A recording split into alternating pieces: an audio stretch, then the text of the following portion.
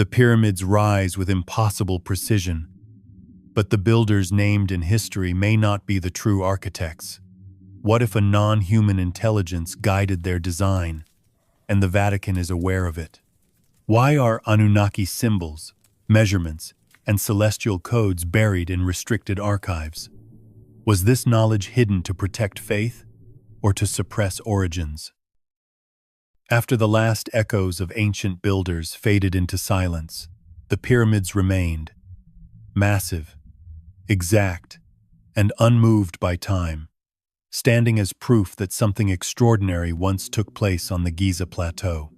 For generations, scholars accepted that these structures were the work of skilled Egyptian labor, guided by royal command. Yet quiet doubts had always followed this explanation.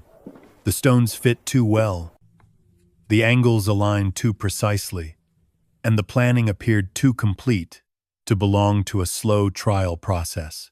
Could a civilization just discovering large stonework truly plan something so exact on its first attempt?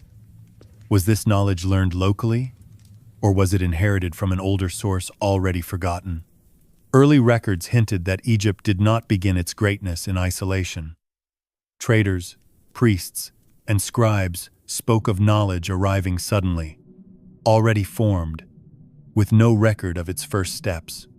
Why did the earliest pyramids show the highest skill, while later ones showed decline? This pattern suggested guidance rather than invention. Ancient texts from lands far older than Egypt described powerful planners who shaped cities and taught measurement, order, and control of stone. Were these stories dismissed too quickly as legend, or were they misunderstood records of real events? Long before modern Egyptology formed, medieval scholars, travelers, and early church historians questioned the origin of the pyramids, noting similarities between Egyptian designs and much older traditions from Mesopotamia. These observations did not fit clean timelines, so they were set aside. Who decided which records mattered and which were forgotten? The idea of forbidden architects emerged slowly, not as fantasy, but as a response to unanswered questions left behind by official history. Stone marks suggested advanced planning tools, yet no clear record of their invention survived. Could this knowledge have arrived with outsiders, or with beings described in the oldest tablets as teachers from the sky? The Anunnaki appeared in these records not as symbols, but as named figures tied to instruction and design. Why did their accounts predate Egypt by thousands of years, yet echo similar building knowledge? Ancient scribes treated these beings seriously, recording their actions as history, not myth. When later cultures inherited these texts, meaning shifted and certainty faded. Was this loss accidental, or was it encouraged? As religious systems grew stronger, origin stories became sacred, leaving little room for external influence. The idea that human greatness was guided challenged authority, order, and belief. Would a society built on divine kings accept that its greatest monument followed a non-human plan? The pyramids themselves did not speak, but their measurements did. Their angles matched star paths described long before dynasties ruled the Nile. Their placement suggested knowledge of the earth that required observation across centuries. How could such understanding appear fully formed? The silence surrounding this question grew louder over time. Some records vanished, others were locked away, and a clean story replaced a complex one. Yet suppressed ideas rarely disappear fully.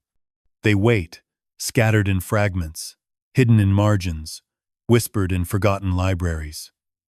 When scholars compared early Egyptian knowledge to older Sumerian records, shared patterns appeared. Measurement systems aligned, symbols matched, purpose overlapped. Was this coincidence or inheritance? The official story answered with comfort, while the forbidden story answered with risk. To accept older guidance meant rewriting origins. That risk proved too great for many institutions. The pyramids became tombs, not messages. Builders became peasants, not planners. Questions were softened into legends. Yet the stones endured unchanged, holding their alignment through centuries of belief, shifts, and power struggles. Why would a tomb require such precision? Why would a burial demand such care? The forbidden architect theory did not claim certainty, only attention.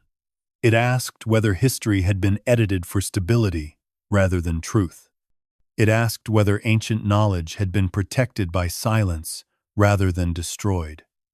It asked who benefited from forgetting. The pyramids did not demand worship, only observation. Their design suggested intent beyond death, beyond kings, beyond time. If guidance came from a source older than Egypt, why was its memory removed? If alternative records survived, where were they kept? And if those records rested in guarded archives rather than open shelves, what story did their silence tell? Could the story taught for generations be only a surface layer, hiding deeper gaps beneath? If questions like this matter, hit like and subscribe for more, because every hidden detail brings us closer to understanding how the official explanation begins to unravel, and why the accepted story struggles to answer what the stones themselves reveal. The accepted explanation for how the pyramids were built rested on confidence rather than closure, because many practical details never fully aligned with the evidence left behind. According to official accounts, workers using copper tools, wooden sleds, and human strength alone shaped, moved, and placed millions of stone blocks with near-perfect accuracy. Yet copper was a soft metal that wore down quickly when used on hard stone, and no clear record showed how such tools were maintained at the scale required. How were blocks weighing many tons, cut repeatedly, without visible signs of tool failure? Quarries revealed marks that appeared cleaner and more uniform than copper tools were expected to produce. Time posed another problem. The Great Pyramid was said to have been completed within a few decades. Yet, calculations showed that this would require placing stones every few minutes, day and night, without pause. Was such speed realistic while also maintaining precision? Human labor could move stone, but could it do so with constant accuracy across millions of placements? Even small errors would have stacked into visible flaws.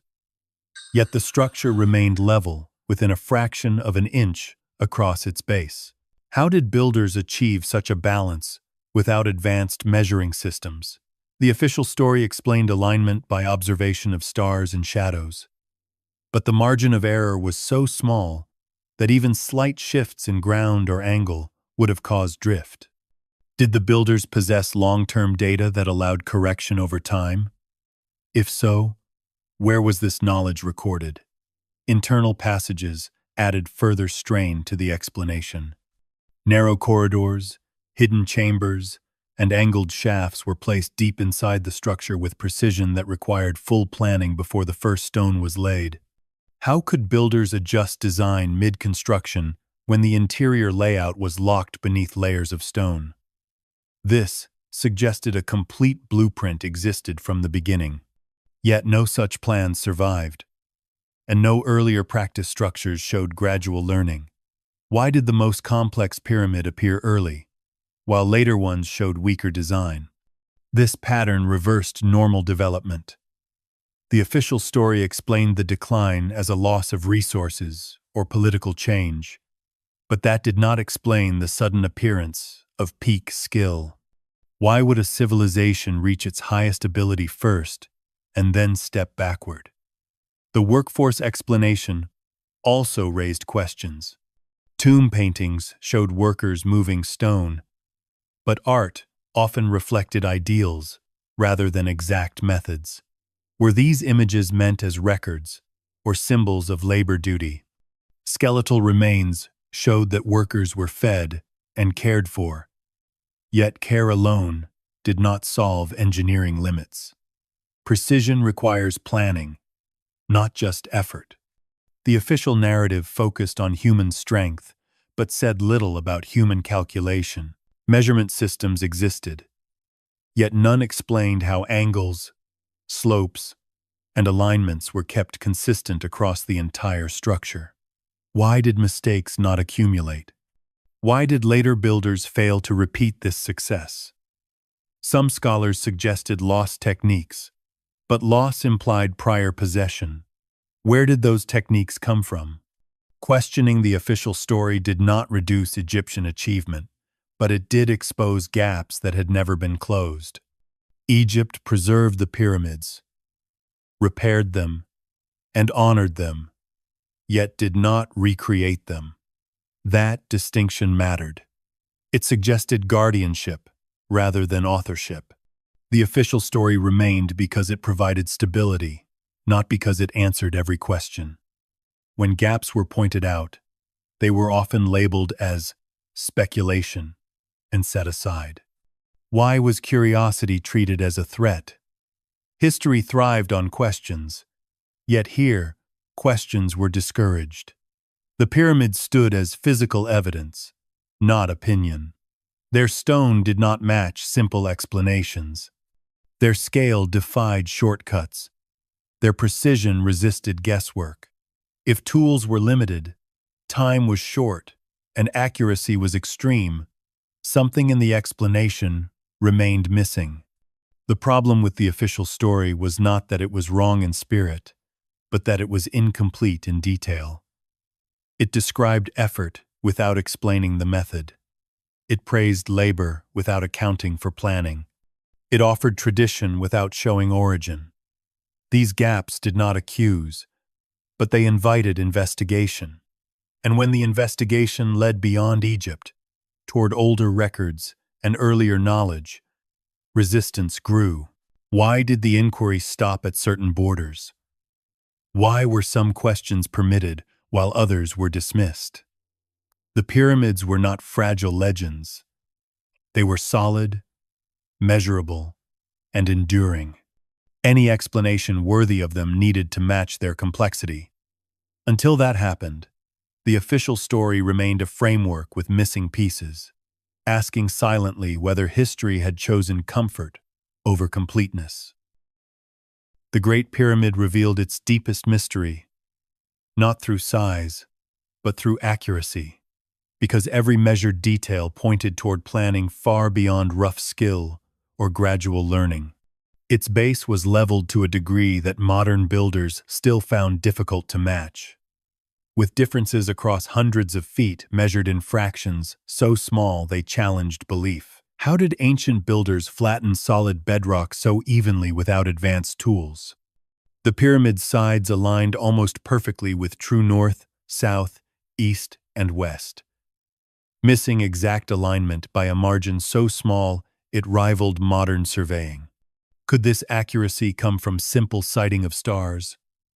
Or did it require long-term observation and calculation passed down over time? Each stone block was cut with tight joints, some so close that thin blades could not slip between them. These stones were not identical, yet each fit its neighbors with careful precision. Trial and error usually left signs of correction, chips, uneven gaps, or filler, but the pyramid showed none of these in its original core. How could millions of blocks be shaped correctly on the first attempt without repeated testing? The internal structure raised even more questions. Narrow shafts ran at precise angles toward specific points in the sky, angles that held meaning only if their target stars were known long before construction began. Why were these shafts built if they served no clear burial function?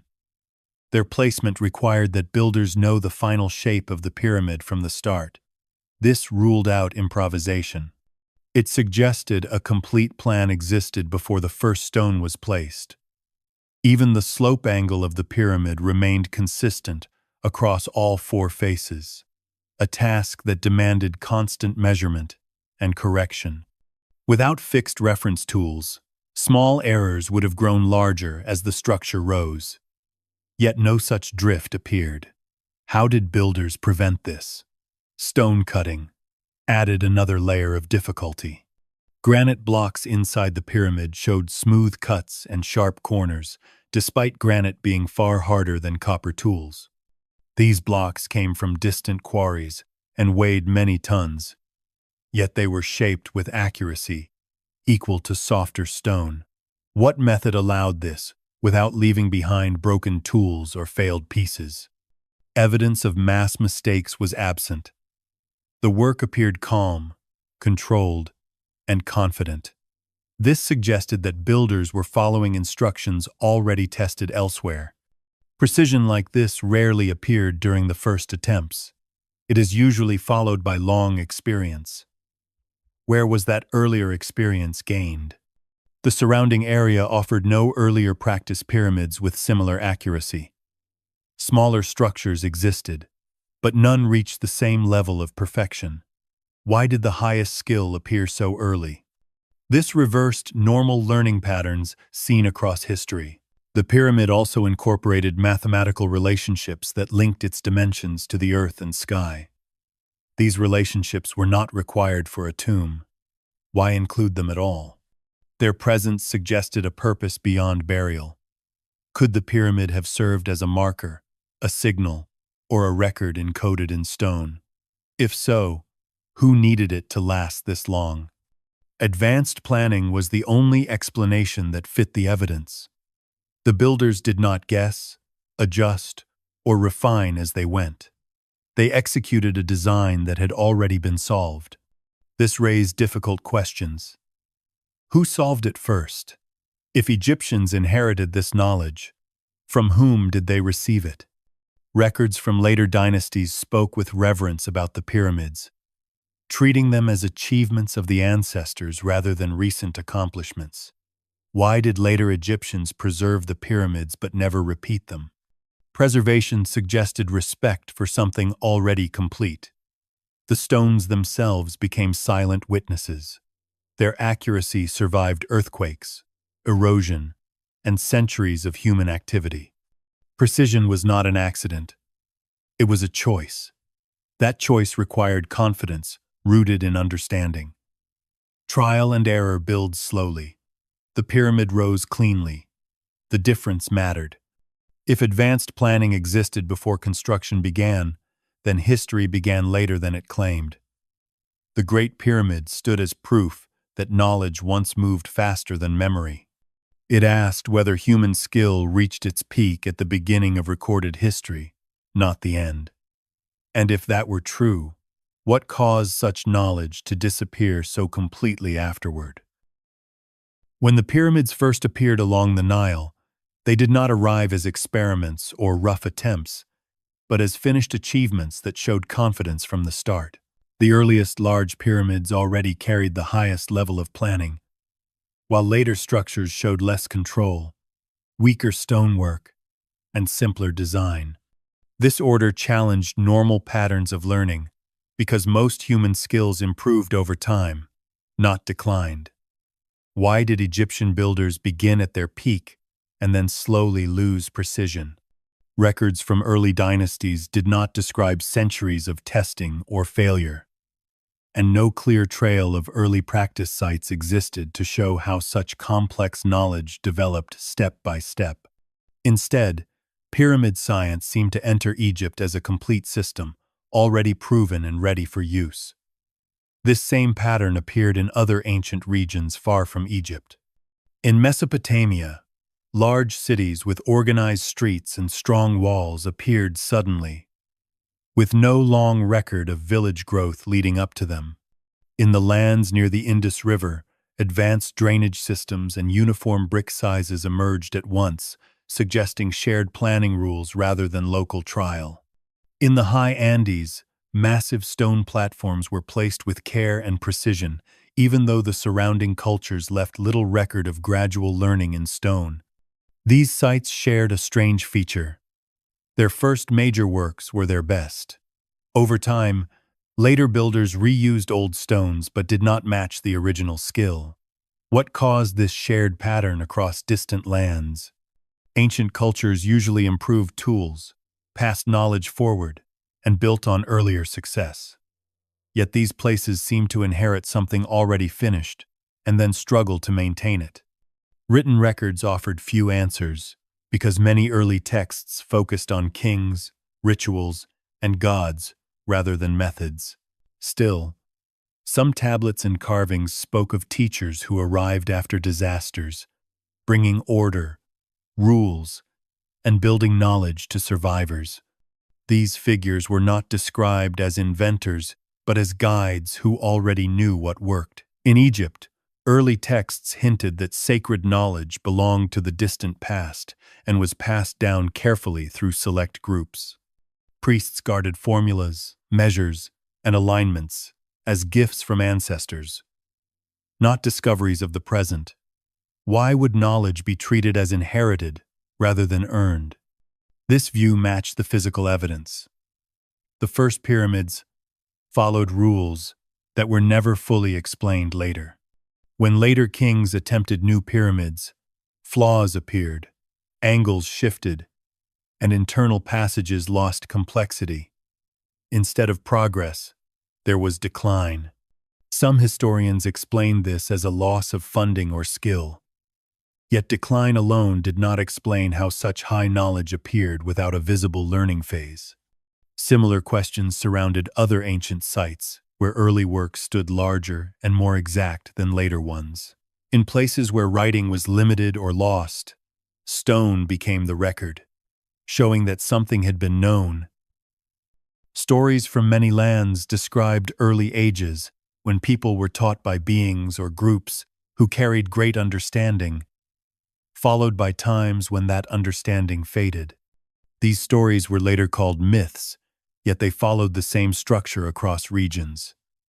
Advanced knowledge appeared, order was built quickly, and then something caused the flow to stop. Did these stories preserve real memories of a shared past? Archaeology showed that early builders reused old foundations and roads, often without knowing their full purpose. This suggested copying rather than invention. Builders followed patterns they did not fully understand. In Egypt, later dynasties repaired the pyramids, but did not repeat them.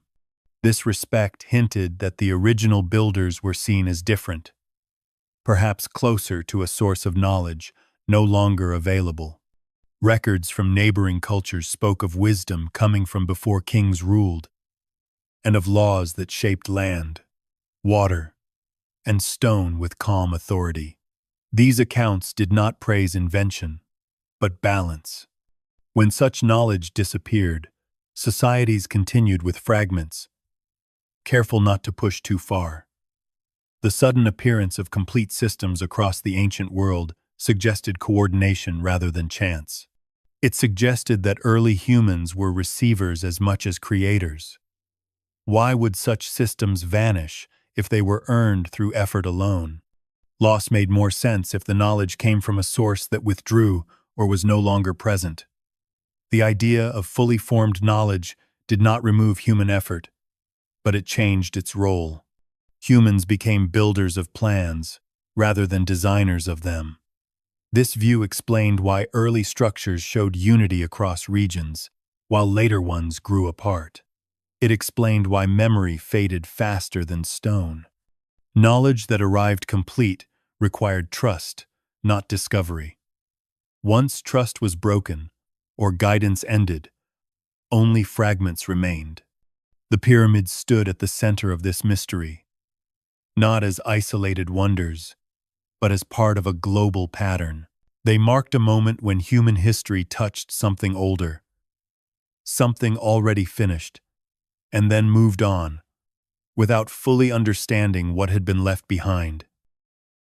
Above the desert floor where the pyramids stood, the night sky once moved slowly, its patterns watched and recorded long before written calendars existed, and the builders of Giza appeared to have known that sky with rare precision. The three main pyramids were not placed at random, nor were they aligned only to the land, because their layout reflected a pattern seen far above the horizon. Researchers noticed that the spacing and position of the pyramids matched the stars of Orion's belt as they appeared in the ancient sky, not as they looked in later ages. How did the builders know the sky with such detail, and why choose Orion at all? Orion held meaning across many ancient cultures, often linked to rulers, renewal, and the place where the gods were said to dwell. In Egypt, Orion was tied to Osiris, a figure linked with rebirth and eternal order. But the alignment went deeper than symbolism. The angle of the pyramids, the placement of their causeways, and even the orientation of internal shafts matched specific star paths as they appeared thousands of years earlier. This raised a serious question. How could builders know what the sky looked like in a distant past without long records or advanced observation tools? The Earth's slow movement changed star positions over time, a process that required careful tracking across many generations to understand. Yet the pyramid alignments matched a sky configuration that suggested knowledge reaching far beyond a single lifetime. Did this information come from patient observation, or was it inherited from earlier records already lost?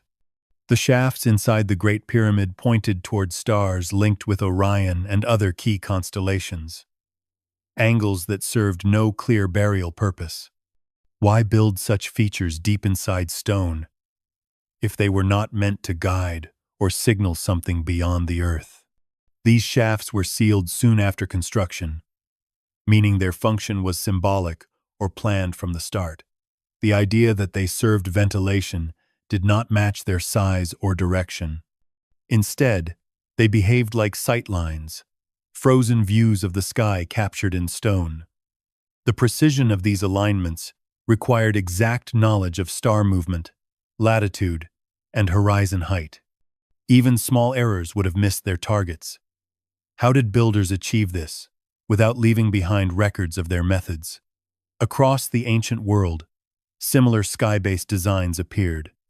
Stone circles, temples, and platforms aligned with solstices and star risings in places far from Egypt.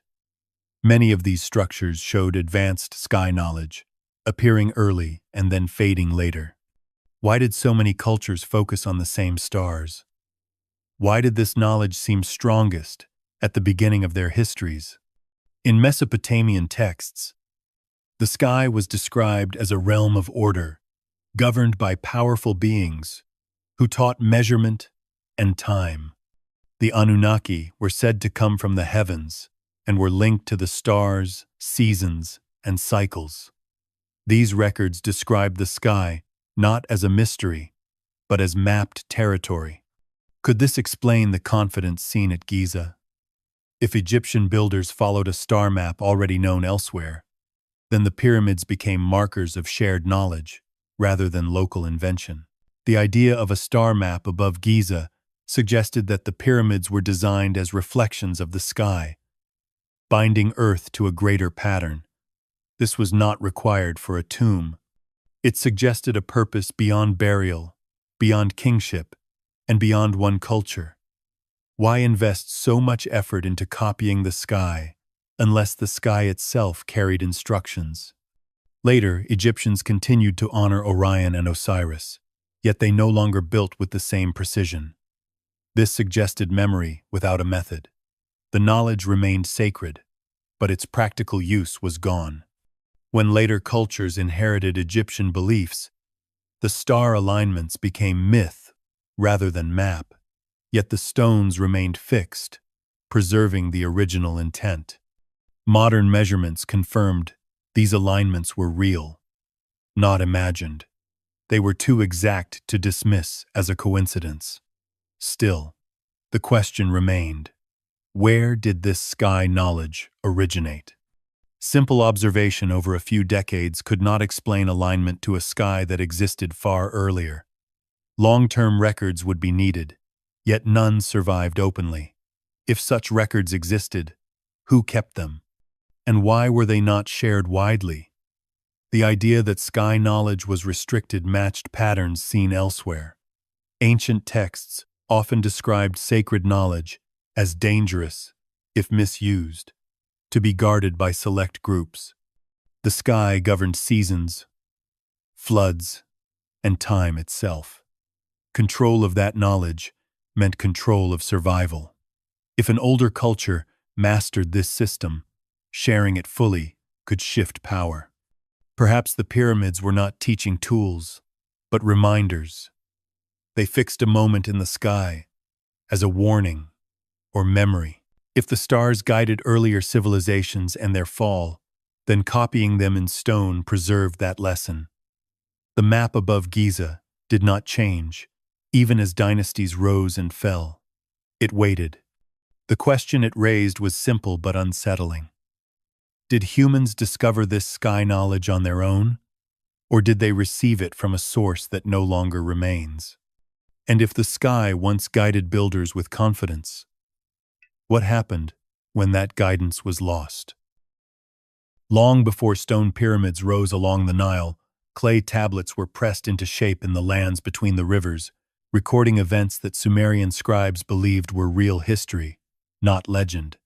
These tablets describe a time when advanced beings known as the Anunnaki arrived and took part in shaping early human societies.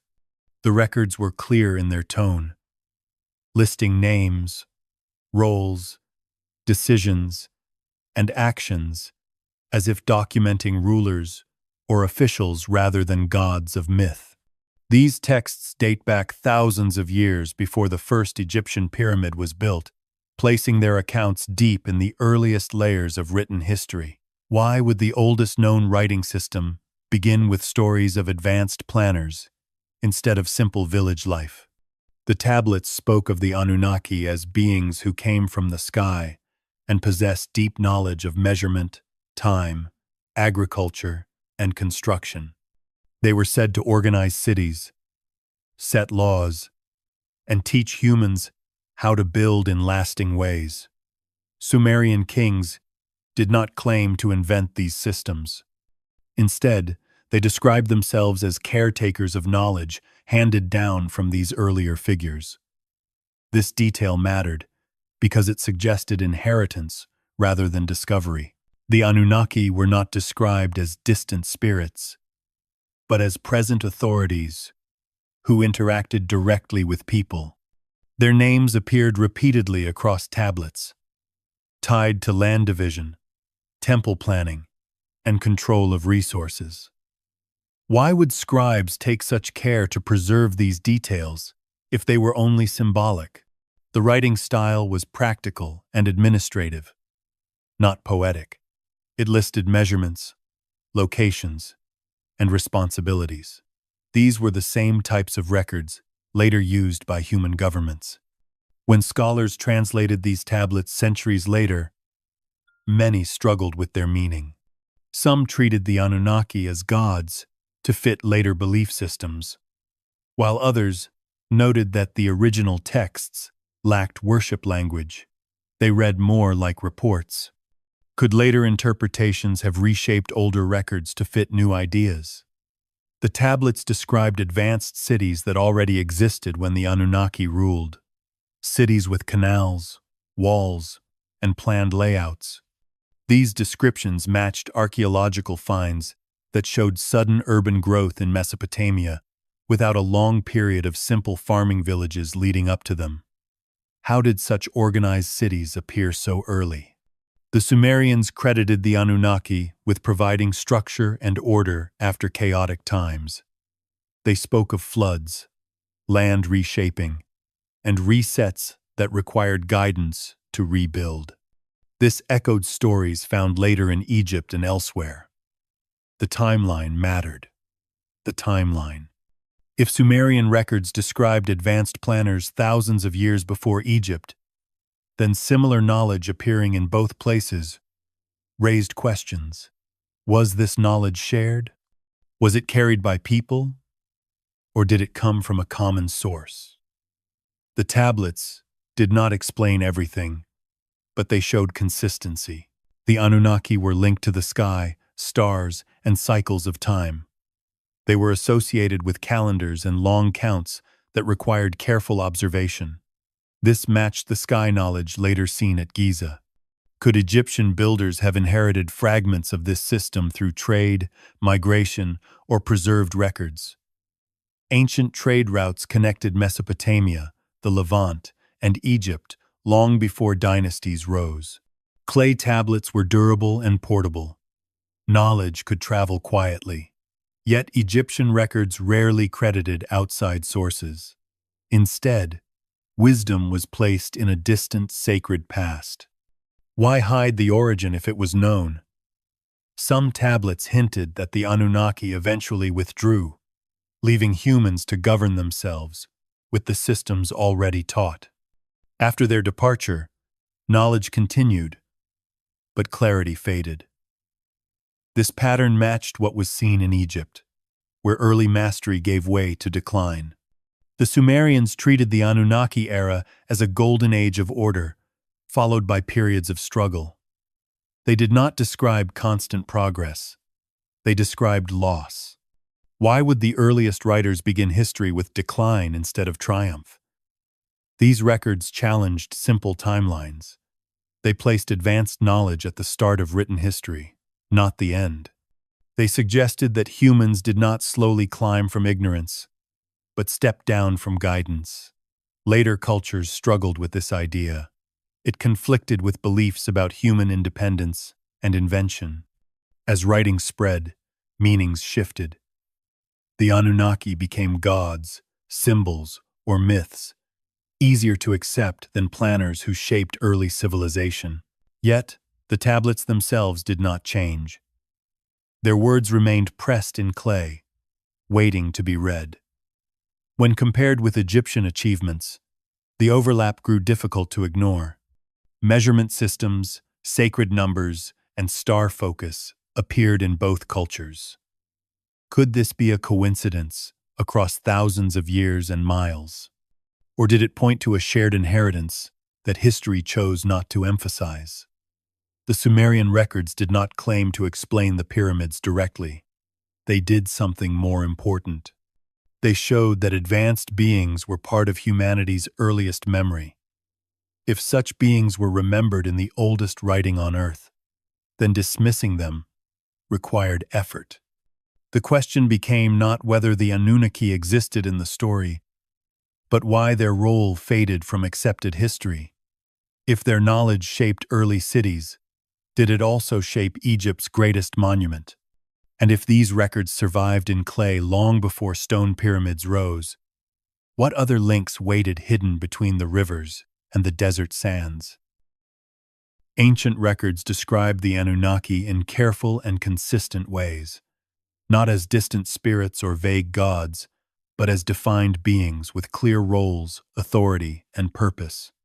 Sumerian tablets referred to them as those who came from the sky and took part in organizing the world after periods of chaos. They were described as planners who measured land, set borders, controlled water, and taught humans how to build lasting settlements. These descriptions were written in the same style used for kings, officials, and administrators, which suggested the scribes viewed the Anunnaki as real actors within history. Why would early writers mix imagination with record-keeping in their most important texts? The tablets named individual Anunnaki and assigned them duties linked to earth, sky, law, and construction. Some oversaw cities, others managed resources, while certain figures were connected directly to knowledge of time and the stars. This division of labor reflected structured leadership rather than mythic storytelling. The Anunnaki were said to travel between the sky and the land, a detail repeated across many tablets.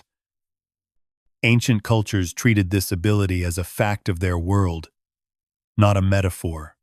Why would such descriptions appear repeatedly if they were not believed? Temples were built in honor of these beings, yet the records showed that early temples were also centers of planning, storage, and learning. worship and instruction existed side by side. The Anunnaki were honored because they taught order, not because they demanded blind devotion. Sumerian kings often described themselves as chosen caretakers who ruled under the guidance of these beings. They did not claim equality. This hierarchy suggested that humans recognized a higher authority based on knowledge rather than strength. Similar descriptions appeared in later Akkadian and Babylonian texts, showing continuity rather than invention. These cultures copied earlier tablets faithfully, preserving names and roles across centuries. Why preserve such detail if the figures were only symbolic? The respect shown toward the Anunnaki was practical. They were credited with introducing writing, law codes, calendars, and building rules. These were tools needed to manage growing societies. The texts did not describe these gifts as sudden miracles, but as instructions given over time. This implies teaching, learning, and testing. Archaeological evidence supported this view. The rise of early cities matched periods described as Anunnaki involvement. Afterward, texts spoke of withdrawal and loss. When the Anunnaki were said to leave, confusion followed, and humans struggled to maintain systems on their own. This pattern of guidance followed by decline appeared again and again. Why would myths focus on loss rather than glory? Cultures that preserved these texts treated them as memory, not fantasy. They copied them carefully, stored them in temples, and passed them to new generations of scribes. Only much later did interpretations shift. As religions changed, the Anunnaki were reclassified as gods to fit new belief systems. Their practical roles were softened into stories of power. Yet the earliest versions remained direct. They spoke of beings who planned, measured, and instructed. These records did not describe chaos or magic. They described the order. When compared with Egyptian traditions, similarities appeared. Egypt also spoke of a distant time when gods walked the land and taught sacred knowledge. Yet Egyptian texts rarely named such beings directly. Instead, knowledge was said to come from a lost age. Could this difference reflect deliberate silence rather than absence? The Anunnaki descriptions offered a lens through which other ancient achievements could be viewed. They suggested that early human societies were guided during moments of rapid change. If so, monuments like the pyramids could represent the final expression of that guidance. The Anunnaki were not described as builders who worked with stone themselves, but as planners who set rules and designs. Humans did the labor. This matched what was seen at Giza, where human effort followed a plan too advanced to appear suddenly. The ancient writers who preserved Anunnaki records did not doubt their reality. They treated them as part of shared history. It was later generations who struggled to accept the idea. As belief systems shifted, the Anunnaki became harder to place. Were they gods, teachers, or something else entirely? The original texts did not try to answer this. They focused on actions, not labels. They recorded what was done, not what was believed. This approach gave the records weight. They asked readers to accept that human history began under guidance that was later removed. If such guidance shaped early civilizations, then dismissing it required rewriting the past. The Anunnaki faded not because they were disproven, but because they did not fit later narratives. Their memory survived in fragments, copied by cultures that believed order had once been taught from above. If these beings were treated as real planners by the earliest writers, then the question remained open. Were they misunderstood myths? Or were they witnesses to a deeper chapter of human history that later ages chose to forget? Among the oldest Sumerian records, a clear theme appeared again and again: The building was never described as guesswork, but as the use of fixed plans that already existed. Clay tablets spoke of measures given from above, rules for angles, proportions, and layouts that were treated as standards rather than experiments. These instructions were not presented as ideas being tested, but as correct forms that builders were expected to follow. Why would the earliest cities rely on fixed rules instead of learning through mistakes?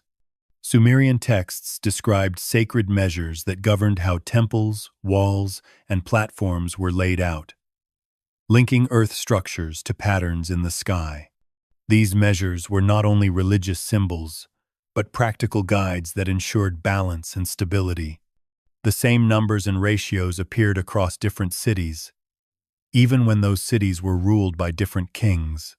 This consistency suggested a shared source rather than local invention. Some tablets described plans being revealed or delivered, using language that implied transfer instead of discovery. Builders were said to receive designs, not create them. These designs connected land, water, and sky into one system, where each part supported the other. Sacred geometry, a term later used to describe meaningful shapes and ratios, appeared in these records as working knowledge rather than belief. Circles, squares, and slopes were linked to cycles of time and the movement of stars. Why would early builders connect geometry to the sky, unless the sky was part of the plan? Archaeological remains supported these accounts. Early Sumerian temples followed strict layouts that repeated across regions, showing that builders followed instructions rather than personal style. These structures appeared suddenly with full complexity, and later versions copied them with less accuracy. This mirrored the pattern seen in Egypt, where the earliest pyramids followed exact rules that were never fully explained later. Could the same system have guided both regions? Trade routes connected Mesopotamia to Egypt long before the pyramids rose, allowing ideas and records to travel quietly. Clay tablets could survive long journeys, carrying precise instructions across cultures. Yet Egyptian records rarely explained where their measures came from. Instead, knowledge was described as sacred and ancient. This silence suggested respect, but also concealment. Why protect the source instead of celebrating it? Sumerian records described the Anunnaki as keepers of these measures, linking them to calendars, star cycles, and land division. They were said to understand how structures should align with natural forces, ensuring long life and balance. These were not decorative ideas. They were functional systems meant to last. When builders followed them, cities endured. When they did not, collapse followed. This cause and effect appeared clearly in the texts. After the Anunnaki withdrew, humans continued using the plans, but understanding faded. Builders copied shapes without grasping the purpose. Over time, precision declined. This explained why later structures looked similar but lacked original accuracy. The blueprint remained, but the reasoning behind it was lost. Similar patterns appeared far beyond Sumer. Ancient sites across the world showed shared ratios and alignments, even where cultures had no known contact. Why would distant builders choose the same shapes unless they followed a common design language? The idea of independent invention became harder to support as overlaps increased. The transfer explained consistency better than coincidence. Sacred geometry was not treated as a mystery by early scribes. It was treated as an instruction. The sky served as a reference, not a symbol. The land followed rules, not chance. When Egyptians built the pyramids, they used ratios that echoed older Sumerian measures. This suggested inheritance rather than innovation. The pyramids became the largest expression of a system already known. They were not the beginning of that knowledge, but its peak. Why would a civilization abandon such a powerful system unless access ended? The idea of blueprints from the sky did not require belief in fantasy. It required acceptance that early knowledge may have been guided and then withdrawn. The records described this openly. They warned that misuse or imbalance could lead to loss. Perhaps the plans were given with limits. Once limits were crossed, guidance stopped. The builders were left with fragments. The stone remembered what people forgot. These blueprints did not vanish completely. They were reused, guarded, and sometimes hidden. Their survival suggested intention. If architectural knowledge was transferred rather than invented, then the pyramids stood as evidence of a final application of that transfer. They carried a system perfected elsewhere and preserved it in stone. The question that remained was not whether such blueprints existed, but why their source faded from memory. If the sky once provided plans that shaped the land, what caused that connection to close? And if those plans were meant to guide rather than empower, what happened when humans continued building without fully understanding the rules they were given? Across the ancient world, stone structures rose that shared a quiet language of shape and proportion, even though their builders lived far apart and spoke different tongues. The pyramids of Egypt followed clear geometric rules, using slopes, ratios, and angles that repeated with calm consistency. When researchers looked beyond the Nile, they noticed the same rules appearing again and again. In Mesopotamia, temple platforms rose in stepped forms that followed similar proportions. In the highlands of Peru, massive stone walls were shaped with angles and joints that echoed the same balance seen at Giza. In distant islands and plains, stone circles and mounds aligned with the same sky paths and seasonal points.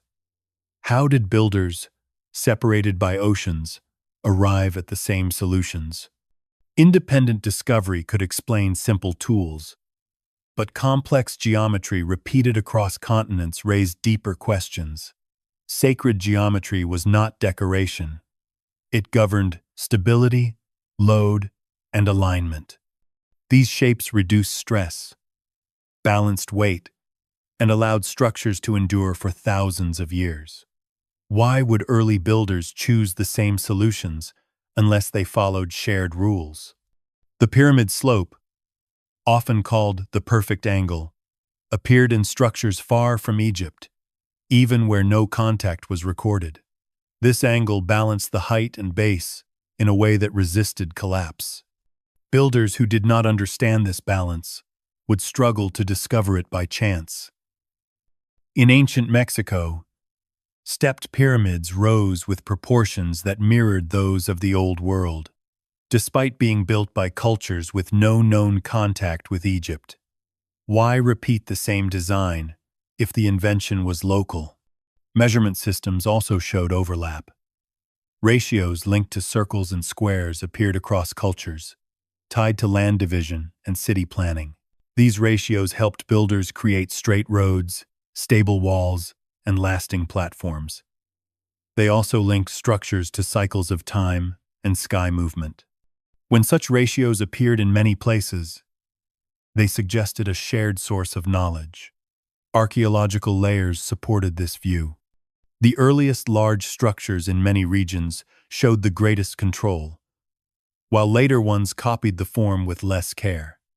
This decline matched the pattern seen in Egypt. Why would builders lose skill unless guidance ended? Cultural memory added weight. Stories from different lands spoke of early teachers who brought order and built knowledge, then departed. These teachers were remembered with respect, not worship. They were linked to planning and law, not magic. Why did so many cultures remember the same type of figures? The shared geometry pointed toward transfer rather than chance. Builders did not invent alone. They followed rules that worked. When those rules were taught, structures lasted. When understanding faded, builders copied shapes without grasping purpose. This explained why later monuments looked similar but failed sooner. The geometry survived, but the reasoning did not. Some scholars argued that humans naturally chose the strongest shapes, yet this did not explain timing. Why did such choices appear suddenly at the start of civilizations, instead of slowly over time? Simple trial and error left marks of failure, yet early monuments showed confidence from the first stone. The same calm precision appeared at Giza, in Sumer, in the Andes, and beyond. These places did not share kings, yet they shared knowledge. Sacred geometry acted like a signature, marking where guidance once existed. The builders may not have known the full origin of the rules they followed, but they trusted them. The rules connected earth to sky, land to time, and structure to balance. Why preserve these connections unless they mattered for survival? Over time, stories softened. Geometry became a symbol instead of a system. Meaning replaced method. Yet stone kept its memory. The shared patterns did not disappear. They waited to be noticed again. The idea of a global design system challenged comfort. It suggested that early humans were not isolated inventors, but part of a wider exchange guided by older knowledge. This did not reduce human effort. It explained its direction. Humans built, but they built within a framework already known. If sacred geometry linked distant cultures, then history had missed a chapter of shared instruction. Why was this chapter not taught openly? Who decided that these patterns were a coincidence rather than a connection? The evidence did not demand belief. It demanded comparison. When shapes matched across oceans and ages, chance became less convincing. The pyramids no longer stood alone. They joined a network of ancient structures speaking the same silent language. That language was geometry. Precise, repeatable, and durable. It asked whether humanity once shared a common set of building laws before memory fractured. And if such laws once guided the rise of early civilizations, what happened when that guidance was lost, leaving only echoes carved in stone? After the Great Pyramids were completed, something unexpected happened along the Nile. The level of construction did not continue forward, but instead fell quiet in a way that puzzled later observers. The knowledge that raised the Great Pyramid did not expand into larger or more refined works. Instead, later pyramids appeared smaller, less precise, and more fragile. Stones were cut with wider gaps. Slopes shifted, and internal passages lost their careful placement. Why would a civilization abandon its highest skill so quickly? Egyptian rulers did not turn away from the pyramids. They guarded them, repaired damage, and honored them as sacred monuments. This showed respect, not disinterest. Temples rose nearby, rituals continued, and priests preserved stories tied to these structures. Yet no later king attempted to repeat the same level of complexity. If the knowledge remained, why was it not used again? Preservation without repetition suggested something had changed. The builders of later dynasties treated the pyramids as achievements of a distant past rather than products of their own age. Inscriptions praised ancestors, not methods. This gap mattered. When societies understand how something is built, they improve upon it. When they do not, they protect it. The silence after pyramid construction hinted at lost instruction rather than lost will. Resources still existed. Labor still existed. The desire for power and legacy still existed. What disappeared was the system that made such a building possible.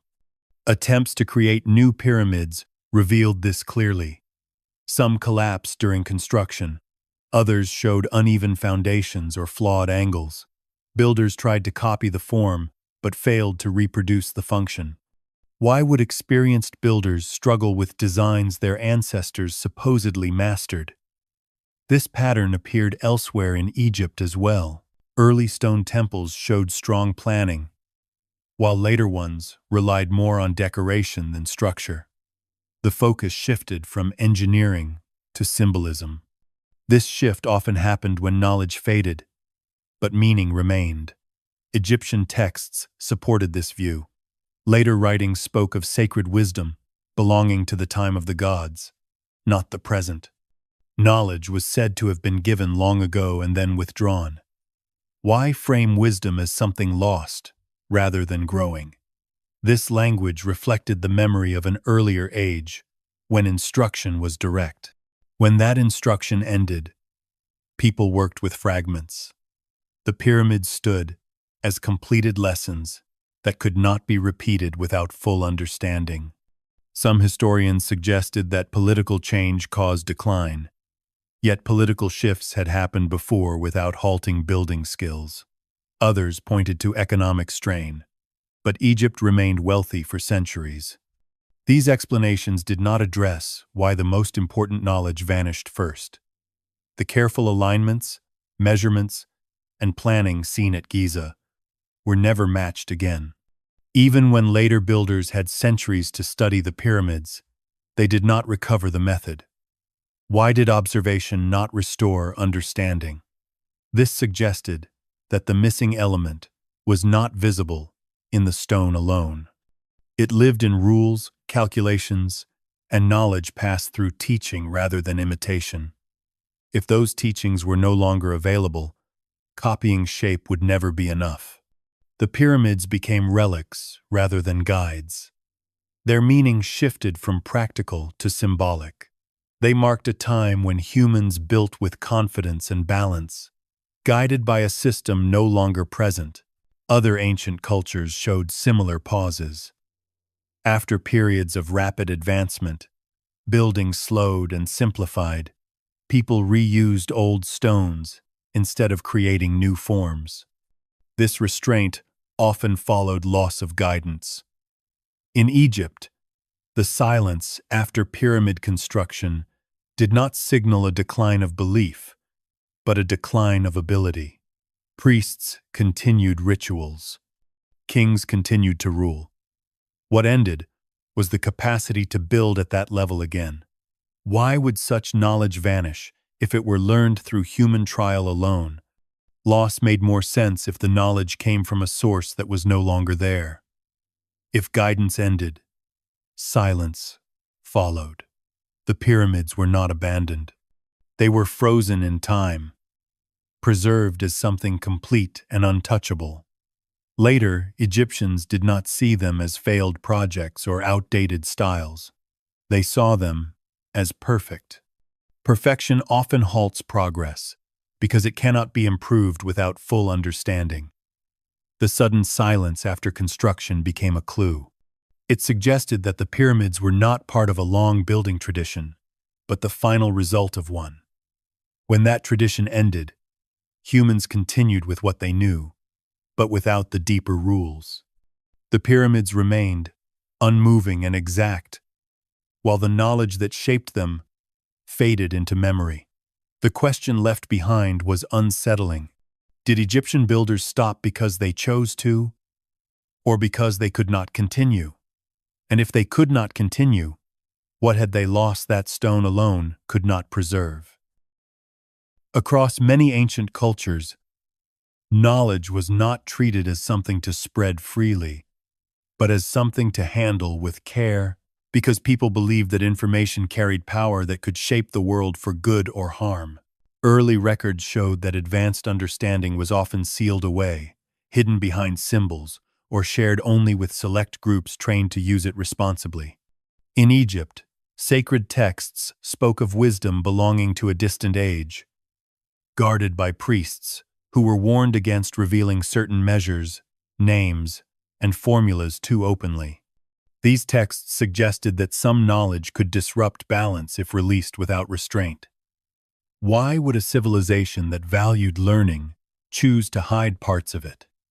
Similar practices appeared in Mesopotamia, where temple libraries stored tablets that were not meant for public reading. Scribes copied some records for daily use, while others were sealed, marked as dangerous or restricted. These tablets were not destroyed, which showed they were considered true and important. They were simply delayed. The act of sealing knowledge suggested responsibility rather than fear. Ancient builders also encoded information into symbols, shapes, and stories, allowing meaning to survive without full exposure. Sacred geometry served this role well, because it could guide construction while hiding a deeper understanding within ratios and alignments. Only those taught how to read these patterns could unlock their full use. This method allowed knowledge to endure through time without being misused by those unprepared. In Egypt, pyramid design itself may have served as such an encoding. The structure held information in stone, visible but unreadable without context. Why preserve knowledge in stone instead of text? Stone could not be easily altered, while text could be revised or erased. Across cultures, myths often carried technical truths disguised as stories. Flood accounts preserved lessons about land, water, and timing. Stories of sky beings carried memories of teachers and planners without naming their methods directly. These stories survived conquest and religious change because they did not openly challenge authority. They whispered instead of declaring. Ancient law codes followed similar patterns. Some rules were public, while others were known only to inner circles. This separation protected systems that required careful balance.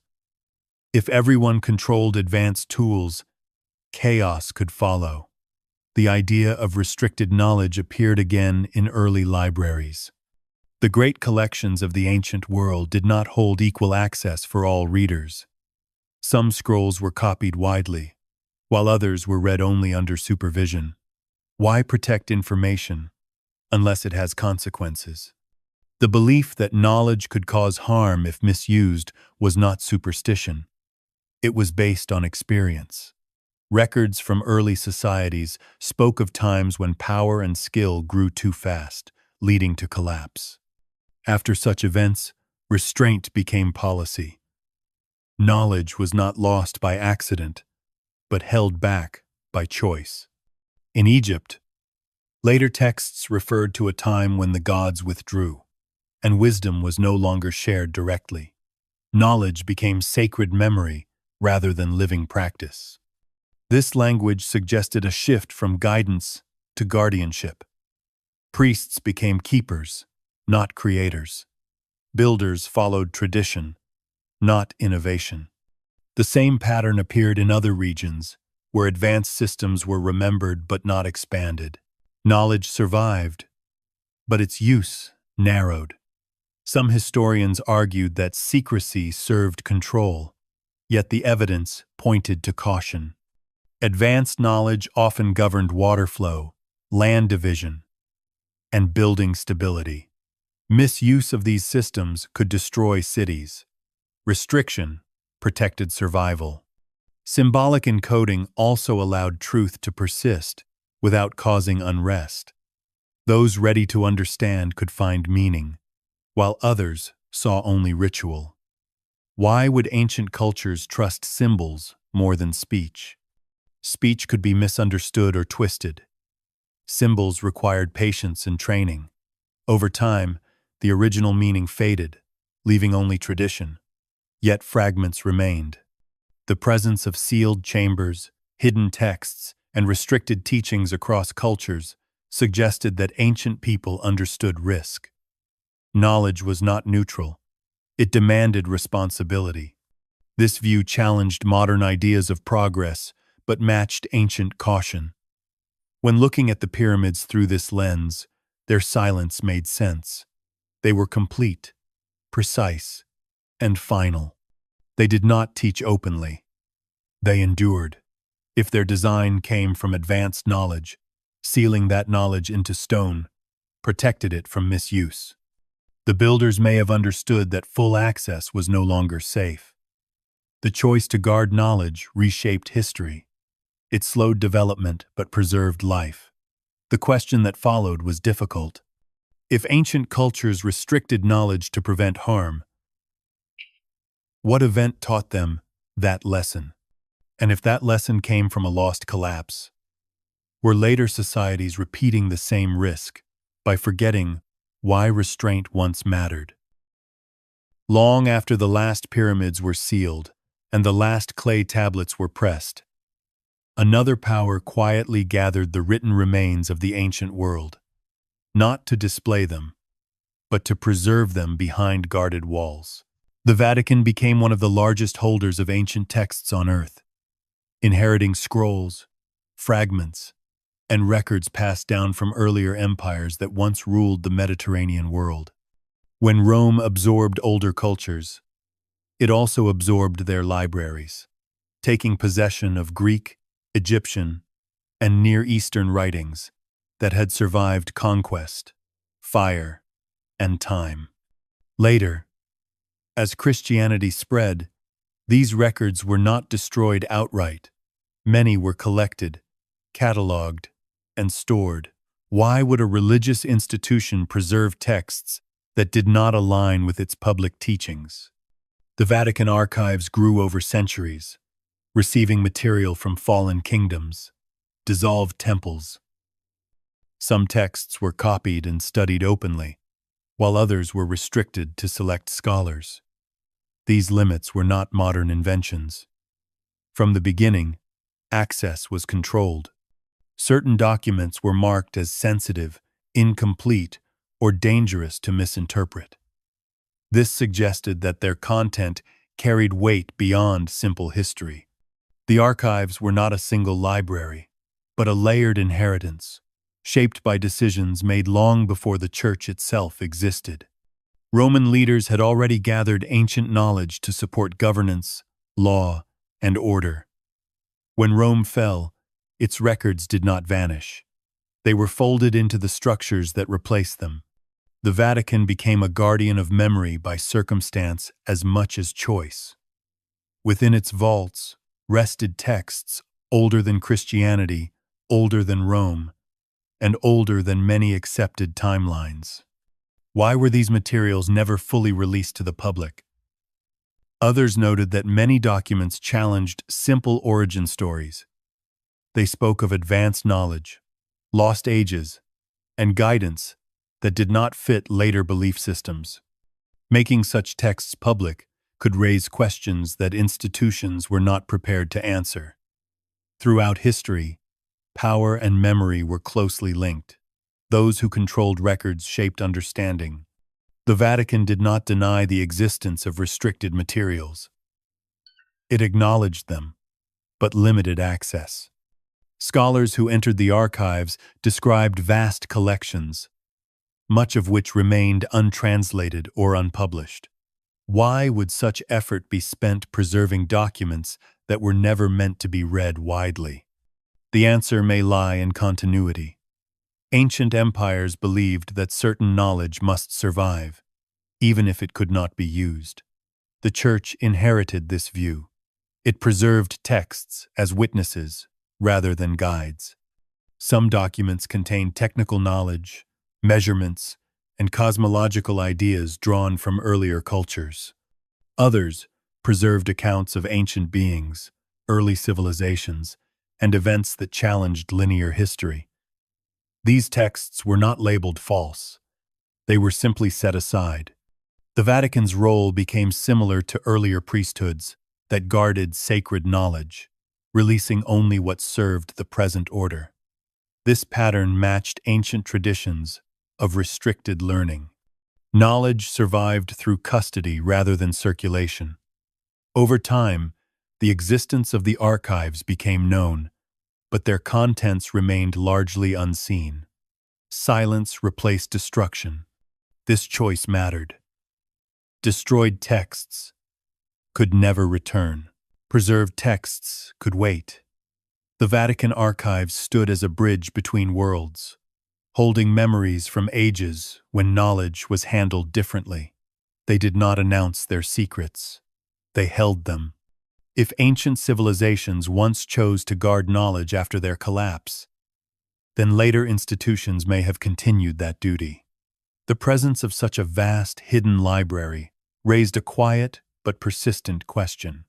What histories were considered too disruptive to share openly, and if records describing lost ages and advanced planners existed within those walls? Were they being protected from humanity, or was humanity being protected from them? Hidden behind thick walls and strict rules, shelves of ancient memory rested far older than the institution that guarded them, holding voices that did not belong to Christianity, Rome, or any single age. These documents did not begin as church property, yet they survived because the church became their final refuge. As Rome expanded across the ancient world, it absorbed the records of conquered cultures, not as trophies, but as tools of rule and understanding. Greek historians, Egyptian priests, and Near Eastern scribes had already gathered vast libraries describing land, sky, law, and early civilization. When Rome took control, these collections were moved, copied, and preserved rather than erased. Later, when Christianity replaced Roman authority, the records followed the power that inherited them. This transfer shaped history quietly. Alexandria stood at the center of this exchange. It's a great library that once drew texts from across the known world, collecting Egyptian star charts, Sumerian accounts, and Greek geometry under one roof. When that library declined through conflict and neglect, its knowledge did not vanish all at once. Fragments spread into private collections, state archives, and scholarly circles tied to Rome. Over time, many of these materials entered church custody, carried forward by monks, scholars, and officials who understood their value, even if their meaning challenged belief. Why preserve writings that did not support doctrine? Authority depended on understanding the past. Knowledge gave power to govern, to debate, and to define truth. Egyptian texts offered insight into the sky and seasons. Mesopotamian records preserved early laws and measurements. Greek works provided logic and structure. The church did not create this knowledge, but it understood its importance. Some texts were studied openly, especially those that could support theology or science. Others raised deeper problems. These documents described ages before known kingdoms, advanced systems appearing suddenly, and guidance that did not fit simple timelines. Such accounts threatened the idea of a clear beginning. Rather than destroy them, they were set aside. Archiving became a form of control. Over time, access narrowed. What once could be debated became restricted memory. The church did not deny these records existed. It acknowledged them quietly while limiting who could read them. Scholars granted access spoke of shelves filled with texts that had never been translated or published. Why invest centuries of effort in preserving material meant to remain unseen? The answer lay in continuity. Ancient empires believed some knowledge must survive even when it could not be used. The church inherited this duty. It became a keeper, not an author. This role mirrored earlier priesthoods that guarded sacred measures and dangerous truths. The Vatican thus stood as a bridge between lost worlds, holding records from civilizations that no longer had voices of their own. These documents carried ideas about human origins, early planners, and lost ages of balance. They were not declared false. They were postponed. Silence replaced debate. Destroyed knowledge ends. Guarded knowledge waits. That difference mattered. As centuries passed, belief systems hardened, and origins became fixed stories rather than open questions. The older records did not disappear. They rested in shadow, The Church carried them forward through wars, plagues, and collapse, choosing preservation over exposure. This decision shaped what the world remembered and what it forgot. If records older than the Church survived within its walls, then human history did not begin where public stories claimed it did. Something older remained present, held quietly, protected by an institution that understood the danger of unfiltered truth. The existence of such records raised a quiet tension. Were these documents guarded to protect belief, or to protect humanity from knowledge, once considered too powerful to release again? The question lingered, unanswered, sealed alongside voices from ages long past. Access to the deepest records of the Vatican had never been open, not because of modern fear, but because restriction had long been a normal practice of power, memory, and survival. From its earliest centuries, the Church treated certain materials as sensitive, not for their age, but for their effect. Scholars, scribes, and officials understood that information could shape belief. As a result, access was granted slowly, carefully, and only to those trained to read, without disrupting the structure that held society together. This system did not begin with the Vatican. It echoed older traditions from Egypt, Mesopotamia, and Greece, where priesthoods controlled sacred records and royal archives limited who could know what. Knowledge was layered. Some texts taught morals and history.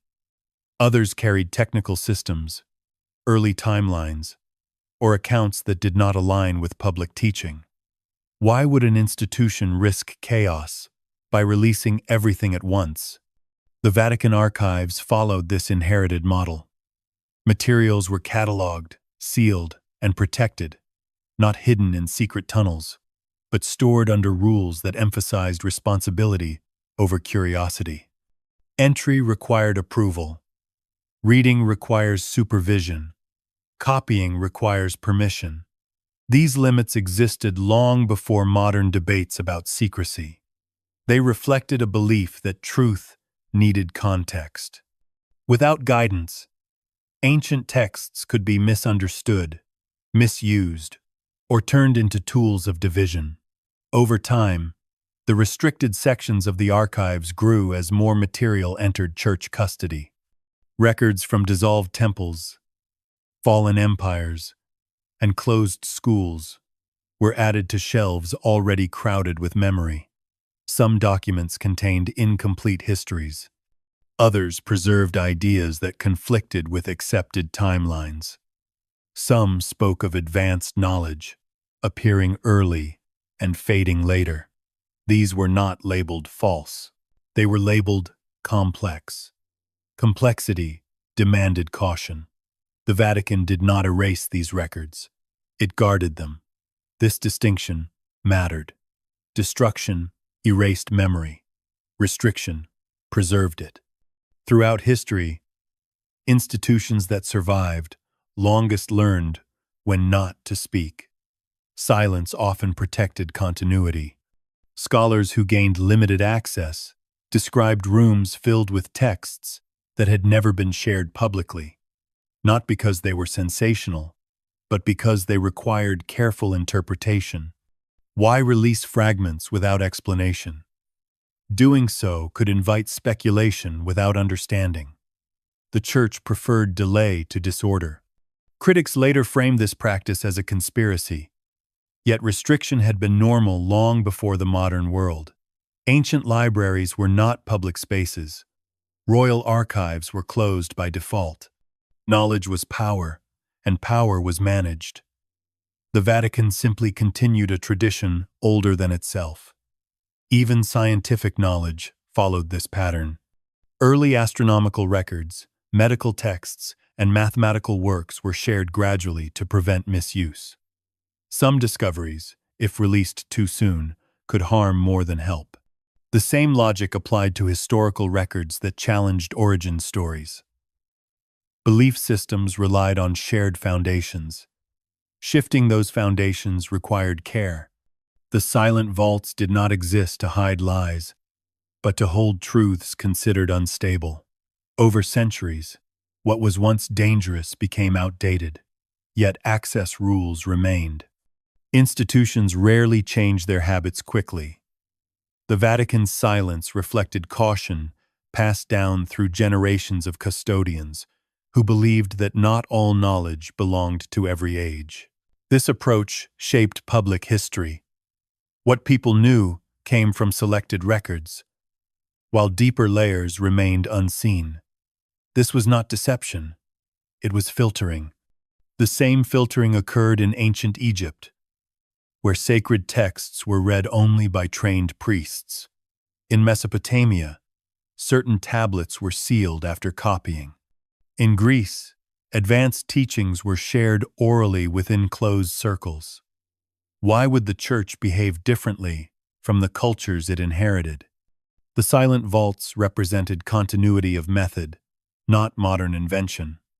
They held material judged too disruptive, too complex, or too easily misread. As time passed, curiosity grew. Questions multiplied. Why restrict records if history was settled? Why guard texts if belief was strong? The answer lay in fragility. Systems endure by avoiding unnecessary shock. Sudden shifts in origin stories could fracture identity. The Vatican chose patience over exposure. Whether this choice protected humanity or delayed understanding remained debated. What could not be denied was consistency. Restriction had always been part of how knowledge was handled. The silent vaults were not anomalies. They were echoes of an ancient rule that some truths survived best when carried quietly across time. If access had always been limited, then secrecy itself was not proof of wrongdoing. It was evidence of inheritance. The real question was not why access was restricted, but what kind of knowledge required such care. And if those records spoke of lost ages, advanced planners, and early guidance, were they being guarded because they were false, or because they were too powerful to release without consequence? Among scholars who were granted limited access to Vatican-held documents, a quiet pattern began to emerge, one that did not announce itself through dramatic claims, but through numbers, ratios, and repeated forms that felt strangely familiar. Some ancient manuscripts contained measurements, diagrams, and descriptions that echoed the same geometric rules seen in the pyramids of Egypt. These were not drawings of pyramids, but calculations tied to land division, sacred space, and sky alignment that followed the same logic. Circles squared into rectangles, angles balanced for stability, and ratios linked to the movement of stars appeared in texts that had no obvious connection to Egypt. Why would documents stored in a Christian archive reflect building knowledge tied to a monument thousands of years older? Scholars noticed that certain measurements matched the proportions used at Giza, not loosely, but with precision. These ratios were rare. They did not appear often in random construction. Their presence suggested intent. Some texts described ideal temple layouts, using the same balance of height, base, and slope found in the Great Pyramid. Others outlined star cycles and sky divisions that matched alignments already measured in stone at Giza. These documents came from different times and places, yet they shared the same mathematical language. How did this language survive across cultures and centuries? The concern was not that these texts existed, but that they appeared in places where they were not expected. The Vatican Archive held records from Rome, Greece, Egypt, and the Near East. Gathered over centuries, finding shared geometry across these sources suggested that the knowledge was older than the institutions that preserved it. Some scholars questioned whether these similarities were a coincidence. Yet, repeated comparison reduced that comfort. Coincidence did not explain consistency. These measurements were not common teaching tools. They were specialized. In several cases, the documents referenced proportions without explanation, as if the reader already understood their meaning. This implied an older tradition where such knowledge was standard. Why assume understanding unless it was once widespread among select groups? Star math raised further questions. Certain texts mapped sky movements using long cycles that required observation over many generations. These cycles matched star positions tied to pyramid alignments rather than later skies. How could such long-term sky knowledge survive in written form when practical use had faded? The presence of this information suggested copying from earlier sources rather than fresh observation. Scholars who noticed these parallels often responded with caution. Publishing such findings could invite controversy, not because the data was weak, but because it pointed beyond accepted timelines. Geometry linked to pyramids appearing in Vatican-held texts implied continuity of knowledge that crossed religious and cultural boundaries. This challenged the idea that advanced understanding developed independently in separate regions. It suggested inheritance. Some scholars worried that releasing these connections without context could fuel misunderstanding. Geometry without explanation could be misread as proof of hidden agendas rather than shared history. Others feared that drawing attention to such parallels could question long-held narratives about human progress. Why risk destabilizing settled history? As a result, many observations remained confined to notes, letters, and private discussions. Silence protected careers as much as institutions. The documents themselves were not suppressed. They were simply not highlighted. This quiet handling mirrored ancient practices of guarded knowledge. The Vatican did not promote these parallels, but it did not erase them either. They remained preserved, waiting for careful study. The geometry found in unexpected places did not prove a single theory. It raised a network of questions. Why did the same ratios appear in texts separated by time and belief? Why did star math align with monuments rather than doctrine? Why did builders and scholars across cultures use the same numerical language to describe space and sky? These questions unsettled those who encountered them, because they suggested a shared foundation beneath surface differences. If geometry served as a carrier of ancient knowledge, then its survival in written form made sense. Numbers endured when stories changed. Symbols survived when names were replaced. The Vatican Archive, by collecting material from many worlds, became an unintended map of this continuity. Scholars who recognized the pattern did not claim conspiracy. They recognized inheritance. Knowledge had traveled quietly, passing through hands that valued preservation over explanation. The concern was not that the Church hid this information deliberately, but that releasing it without preparation could confuse more than clarify. Geometry was precise. Interpretation was not. The pyramid-like measurements in Vatican-held documents acted as echoes of a system once widely known and later fragmented. They suggested that ancient builders and planners spoke a shared mathematical language that outlived their cultures. When that language reappeared in unexpected places, it hinted at a deeper history moving beneath official stories. The documents did not announce this connection openly. They whispered it through numbers.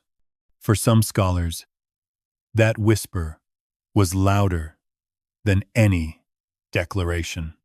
It asked whether humanity's greatest structures were isolated achievements or the visible peaks of a knowledge system that had been carried, guarded, and quietly passed down through ages that preferred silence over disruption. The absence of the Anunnaki from mainstream history did not happen by accident, because their presence created problems that simple timelines could not solve. Ancient records that mentioned them placed advanced knowledge at the very beginning of civilization. not at its gradual rise. This reversed the accepted story of human progress, which depended on slow development from basic survival to complex society. If the Anunnaki were treated as real planners and teachers by the earliest writers, then human history did not begin with ignorance. It began with instruction. Why would education systems avoid records that challenged such a core belief? When modern history formed, it relied on clear stages. The Stone Age, Bronze Age, and Iron Age, each step showing improvement. Anunnaki accounts disrupted this structure. They described organized cities, laws, and building systems appearing suddenly, without a long learning phase. Including these records would require rewriting the foundation of historical study. That risk was rarely welcomed. Scholars who encountered Anunnaki texts often faced a choice. They could frame them as myth, or they could question the model that defined their field. Most chose the safer path. Labeling the Anunnaki as gods placed them outside history, where they could be studied without consequence. Once classified as myth, their records no longer threatened accepted timelines. Why challenge a system that rewarded stability? Teaching history also required clarity for the public. Simple stories were easier to share than complex ones. The idea that non-human beings guided early humans raised uncomfortable questions about origin, authority, and independence. It blurred the line between religion, science, and history. Schools avoided such a blur. Textbooks favored certainty over ambiguity. As a result, Anunnaki records were reduced to footnotes or removed entirely. This process did not erase the texts, it reframed them.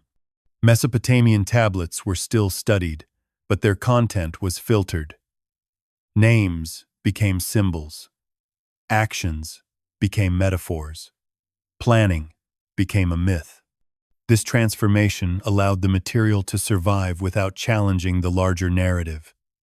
Yet the original texts did not describe symbols. They described events. Why ignore that distinction? Human origins were another concern.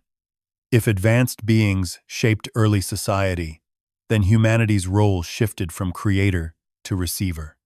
This idea conflicted with beliefs about human achievement and divine design. It suggested guidance rather than independence. Such implications crossed boundaries between faith and scholarship. To avoid conflict, institutions chose silence. The Anunnaki were not banned openly. They were quietly sidelined. This pattern appeared across history.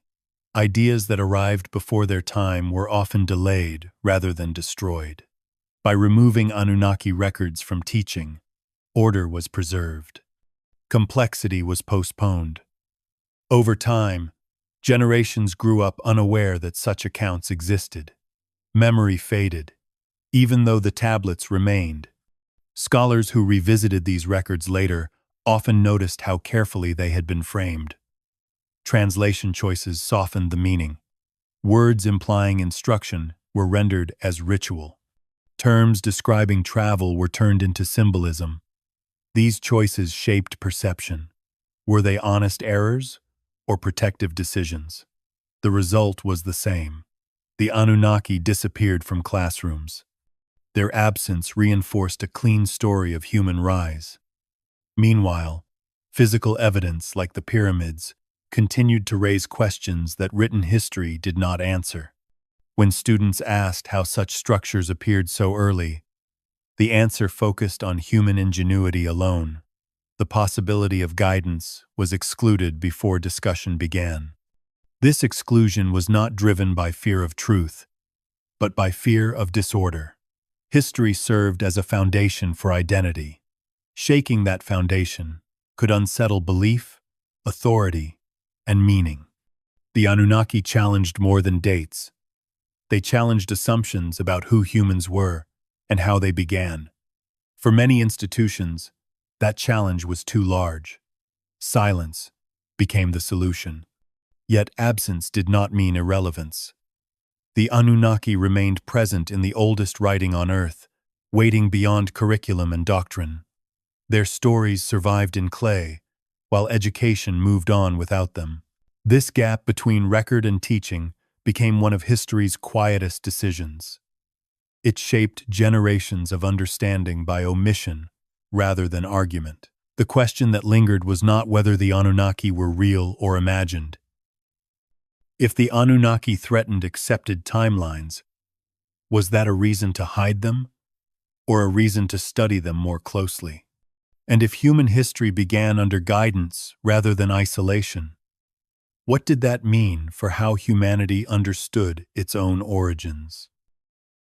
The idea that non-human architects may have guided early civilizations posed a direct challenge to religious authority, not because it denied faith, but because it disrupted control over origin stories. Religious systems depended on clear beginnings, clear creators, and clear lines of authority between the divine and the human. If advanced beings other than a singular God played a role in shaping early society, then the source of wisdom became shared rather than absolute. This raised difficult questions. Who granted authority to kings and priests if knowledge came from elsewhere? Creation stories placed humanity under divine order, guided by sacred law and moral command. Introducing non-human planners into that story blurred the boundary between heaven and earth. Were these beings divine, physical, or something in between? Such uncertainty weakened the power of simple explanations. Institutions built on clarity struggled with ambiguity. Throughout history, religious authority protected itself by shaping narrative. Teachings that supported unity were emphasized, while those that invited confusion were softened or removed. Records describing the Anunnaki as teachers and planners complicated theology. They suggested that wisdom could be taught rather than revealed, learned rather than granted. This idea reduced dependence on priestly mediation. If knowledge arrived through instruction, then access to learning mattered more than ritual. That shift threatened control.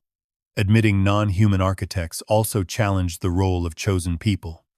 Many traditions taught that divine favor rested with specific groups. If early knowledge was shared widely by advanced beings, then exclusivity weakened. Power based on lineage or divine selection became harder to defend. Why would a single group hold authority if guidance once reached many cultures? Suppression became a form of defense. Not open destruction, but quiet removal from teaching and worship. Texts were reclassified. Stories were retold with new emphasis. Non-human figures became angels, demons, or metaphors, easier to fit within doctrine. Their planning roles faded. Their technical knowledge disappeared behind symbolism. This process allowed belief to survive without direct confrontation. Institutional self-protection often appeared subtle. Councils debated which texts were acceptable. Translators chose words that aligned with doctrine. Teachers avoided material that raised more questions than answers. These choices were framed as guidance, not censorship. Yet the effect was the same. Certain ideas vanished from public awareness. Religious authority also relied on moral hierarchy. If advanced beings shaped early humanity, then moral instruction might have come from outside traditional revelation. This challenged claims that law and order originated solely from divine command. It suggested that ethics could be taught through experience and consequence. Such a view empowered reason alongside faith. For institutions built on obedience, this balance felt risky. The fear was not that faith would disappear, but that it would change. History showed that change often weakened centralized authority, suppressing disruptive ideas, preserved structure. The pyramids and other ancient monuments stood as reminders that early humanity achieved feats beyond later understanding. Explaining these achievements through divine favor maintained control. Explaining them through inherited knowledge raised questions about who controlled that inheritance. Institutions chose the safer explanation. Over time, suppression hardened into tradition. Generations grew up with simplified stories that excluded complex origins. The absence felt normal. Only when ancient records were revisited did the gaps appear. The threat posed by non-human architects was not their existence, but their implication. They suggested a world where knowledge flowed across boundaries and authority was shared. For religious institutions guarding order, that world was unstable. Self-protection required silence. This silence shaped belief for centuries. It did not erase faith. It preserved it in a controlled form. The question that remained was not whether suppression occurred, but whether it was justified. If protecting belief required hiding parts of history, what was the cost? And if truth threatened authority? As centuries passed and belief systems hardened, ancient records that once described events and instruction were slowly reshaped into stories. Their practical meanings softened without being erased. This shift did not happen through a single decision, but through gradual reinterpretation as cultures changed and new authorities took hold. Texts that once spoke plainly about planners, teachers, and measured systems were reread through symbolic lenses. What had been described as instruction became allegory. What had been recorded as action became legend. This process allowed the material to survive while losing its disruptive force. Ancient scribes did not call their accounts myths. They wrote as witnesses preserving memory. Yet later readers, uncomfortable with the implications, reclassified these records to fit safer categories. Why treat technical descriptions as poetry unless their meaning posed a challenge? Translation played a key role. Words that implied teaching were rendered as ritual. Terms describing movement between sky and land were softened into spiritual language. Measurements tied to land and stars were explained away as sacred numbers with no practical use. These choices did not destroy the text. They changed how it was understood. Over time, the original intent faded, replaced by stories that could be honored without being questioned. This reframing protected institutions from conflict. Legends could inspire without demanding proof. Symbols could guide belief without altering history. By placing ancient knowledge into myth, authorities avoided confronting timelines that did not align with accepted origins. The pyramids were called tombs rather than instruments of planning. Sumerian tablets were taught as religious poetry rather than early administration. Why insist on symbolism when evidence suggests function? The answer lay in control of meaning. Myths could be shared widely without threatening order. Practical knowledge, if acknowledged, could raise uncomfortable questions about who once held it and why it was lost. This reframing did not require deception. It relied on emphasis. What was highlighted became true. What was minimized became curiosity. Over generations, students learned stories without context, never knowing that those stories began as records. Cultural memory shifted. Meaning remained, but use disappeared. The same pattern appeared across regions. In Egypt, early texts described gods walking the land and setting rules. Later readings treated these accounts as metaphors. In Mesopotamia, planners became divine beings beyond reach. In other lands, teachers turned into culture heroes or spirits. Each step moved knowledge further from history and closer to belief. Why did so many cultures follow the same path? Because myth was safer than memory. Memory demanded explanation. Myth allowed reverence without responsibility.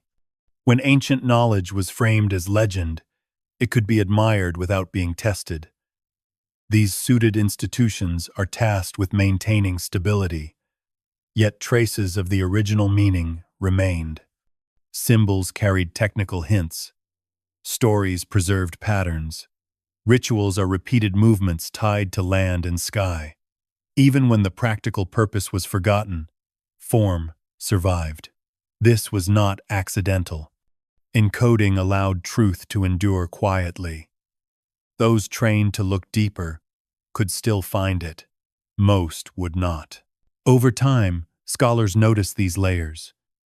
They saw that myths often mirrored real systems. Flood stories aligned with geological events. Sky tales matched star cycles. Building legends reflected engineering choices. Why would fiction align so closely with reality? Because it was not fiction at the start. It was a memory reshaped to fit a changing belief. The reframing process allowed ancient knowledge to pass through eras of censorship, conquest, and reform.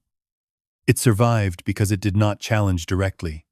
It whispered through the story. The cost of this survival was clarity. As meaning softened, understanding weakened. Later generations inherited symbols without instructions. They honored forms without grasping function. This explained why advanced systems were remembered, but not repeated. The knowledge was present, but locked behind interpretation. Myth became a protective shell. Institutions could point to ancient stories and claim continuity while avoiding their implications. This balance kept order, yet it also delayed understanding. When modern readers returned to original texts, stripped of later interpretation, they noticed the difference. Early records spoke with confidence and detail that myths did not require. They named, measured, and planned. Why would storytellers care about precision unless accuracy mattered? The reframing of knowledge as myth was not a conspiracy. It was a survival strategy used by cultures facing change. It allowed old truths to remain without tearing new systems apart, but it also created distance. The further knowledge moved from history into legend, the harder it became to recover its original role. The Anunnaki and other early planners did not vanish from record. They were transformed. Their actions became stories. Their systems became symbols. Their guidance became belief. The question that followed was not whether myths held truth, but how much truth had been set aside to preserve comfort. If ancient records were softened rather than erased, what details remained hidden in plain sight? And if myth protected knowledge once considered dangerous, what would happen if that protection were removed and the records were read again as history rather than story? Throughout history, knowledge rarely moved freely from one age to the next, because it was often carried by institutions that understood its power and chose to manage its release. Long before the Vatican existed, priesthoods and royal courts served as guardians of memory, collecting records, techniques, and laws that shaped society while limiting who could access them. In ancient Egypt, temples held sacred texts that only trained priests could read, believing that certain knowledge required discipline and moral control. In Mesopotamia, royal libraries stored tablets that recorded early law, astronomy, and planning, yet many were sealed or copied only for select scribes. Why did these systems repeat across cultures unless they served a purpose? The pattern was clear. Power followed memory, and memory followed custody. Those who preserved records shaped how the past was understood. When empires fell, their libraries did not always burn. Often, they were absorbed by the next authority. Knowledge survived not because it was shared widely, but because it was protected by those who replaced the fallen rulers. This inheritance created continuity without transparency. The Vatican fit into this older pattern almost naturally.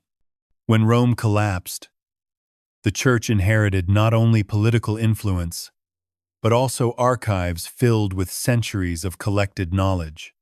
Like earlier priesthoods, it preserved material while controlling access, believing that not all truths belonged in every era. This was not unique. Royal libraries in China, Persia, and the Islamic world followed similar rules, separating public teaching from restricted records. Why would so many civilizations choose the same approach unless experience had taught them caution? Institutions that lasted learned how to balance preservation with stability. Knowledge that supported order was taught. Knowledge that challenged foundations was delayed. This did not require deception. It required selection. Over time, selection became tradition. Custodianship passed from generation to generation, each inheritor trained to guard as well as preserve. The Vatican's role mirrored that of earlier centers of learning. It cataloged, protected, and decided what moved forward. The materials it held were not frozen. They were studied quietly, debated internally, and sometimes released centuries later when conditions felt safer. Why wait unless timing mattered? The idea of inheritance explained why ancient knowledge appeared and disappeared in cycles. When guidance ended, fragments survived in libraries. When new powers rose, they inherited those fragments without full context. Knowledge became layered, with each generation adding interpretation while losing original meaning. The church became one layer in a much older chain. This continuity did not mean full understanding. Custodians often protected what they did not fully grasp, trusting that survival mattered more than clarity. The same pattern appeared in earlier royal libraries, where scribes copied texts they could not explain. Preservation came first. Interpretation could wait. Over centuries, this approach allowed humanity to carry memory through collapse and reform. Yet, it also created distance between knowledge and people. As access narrowed, understanding weakened. Those outside institutions relied on simplified stories, while deeper records remained unseen. This division shaped education, belief, and identity. Why accept filtered history unless unfiltered history felt dangerous? The pattern of inheritance showed that knowledge was treated like a powerful object. It could stabilize or disrupt. Institutions chose when and how to reveal it. The Vatican did not invent this role. It inherited it. Its silent shelves echoed earlier vaults, where priesthoods guarded star charts, builders guarded measures, and kings guarded laws. Across time, the same lesson is repeated. Knowledge survived best when carried quietly. The cost was openness. The benefit was continuity. When looking at the pyramids, the Anunnaki records, and the hidden archives together, a single pattern emerged. Guidance appeared early, was preserved through institutions, and faded from public view. What remained was structure without explanation. The inheritance continued, even as memory thinned. This raised an important question. If powerful institutions preserved knowledge while controlling access, who decided when humanity was ready to remember again? And if that decision was always made by those in power, how much of the past remained unseen, not because it was false, but because it was inherited under rules that favored silence over sharing? In recent decades, new discoveries began to disturb the calm surface of accepted history, not through speculation, but through measurements, scans, and material evidence that could no longer be ignored. Advanced tools allowed researchers to study the pyramids in ways earlier scholars could not, revealing internal features and construction details that revived questions once set aside. High-resolution surveys showed hidden voids, unknown chambers, and precise internal symmetry that suggested careful planning far beyond what simple methods could explain. Why would such complexity exist if the pyramids were only tombs? Laser scans of stone surfaces revealed cutting precision that matched machine-like consistency rather than rough hand tools. Chemical analysis of mortar showed formulas that balanced strength and flexibility, allowing the structure to endure earthquakes and erosion. These findings did not accuse ancient builders of lacking skill. They raised a different issue. How did such knowledge appear so early, then vanish? Modern experiments attempting to recreate pyramid techniques using traditional tools struggled to match the results. Even with a full understanding of geometry, achieving the same accuracy required tools not known to exist at the time. This gap echoed older doubts, voiced centuries earlier, and dismissed as speculation. Now, the data supported them. Satellite imaging added another layer. The layout of Giza appeared linked not only to stars, but to underground water paths and land stability zones. This showed environmental planning that required a deep understanding of geology. Why would ancient builders invest in such planning unless guided by advanced knowledge? Archaeology in other regions added weight. Early cities in Mesopotamia and the Andes showed similar sudden complexity followed by decline. Modern dating confirmed these patterns rather than smoothing them out. These findings aligned closely with older theories that suggested early guidance and later loss. What had once been labeled forbidden or fringe now appeared grounded in evidence. Scholars began revisiting ancient texts with new eyes, noticing that records once dismissed as myth described systems now visible in stone and soil. The Anunnaki accounts gained renewed attention, not as belief, but as a possible memory of real planners. Modern science did not prove these beings existed, but it weakened the idea that early humans worked alone. The alignment between new data and older theories unsettled comfortable narratives. Academic debate reopened quietly. Papers raised careful questions. Language softened conclusions. Yet the shift was real. History was no longer as settled as it once seemed. The pyramids, long treated as solved, returned to mystery. This return did not rely on imagination. It rested on evidence that refused to fit simple stories. The modern world had tools the ancient world lacked, yet still struggled to explain ancient results. This reversal mattered. Progress was assumed to move forward, not backward. If ancient builders achieved feats modern methods struggled to replicate, then something fundamental was missing. The reopening of old questions did not bring clear answers. It brought humility. It reminded scholars that history could be incomplete, not because of ignorance, but because of choices made about what to teach and what to delay. Modern discoveries did not invent new theories. They revived older ones that had waited quietly. The forbidden became discussable again, not through belief, but through data. The pyramids stood unchanged, yet understanding shifted around them. Each scan, test, and measurement whispered the same message. The past still held secrets, and when modern evidence aligned with ancient warnings, the silence of earlier ages began to make sense. If early knowledge had been guarded for a reason, modern discoveries suggested that reason might still matter. The question that returned was no longer whether ancient builders were capable, but whether they were alone. And if they were not alone, what other chapters of human history waited for the tools and courage required to reopen them?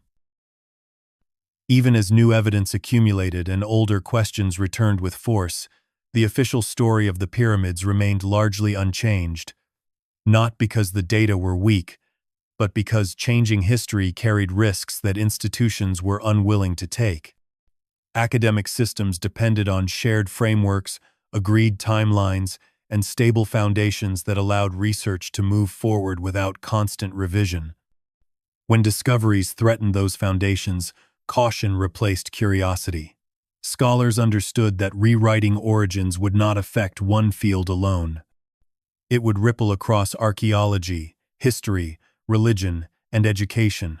Was any institution prepared for such a shift?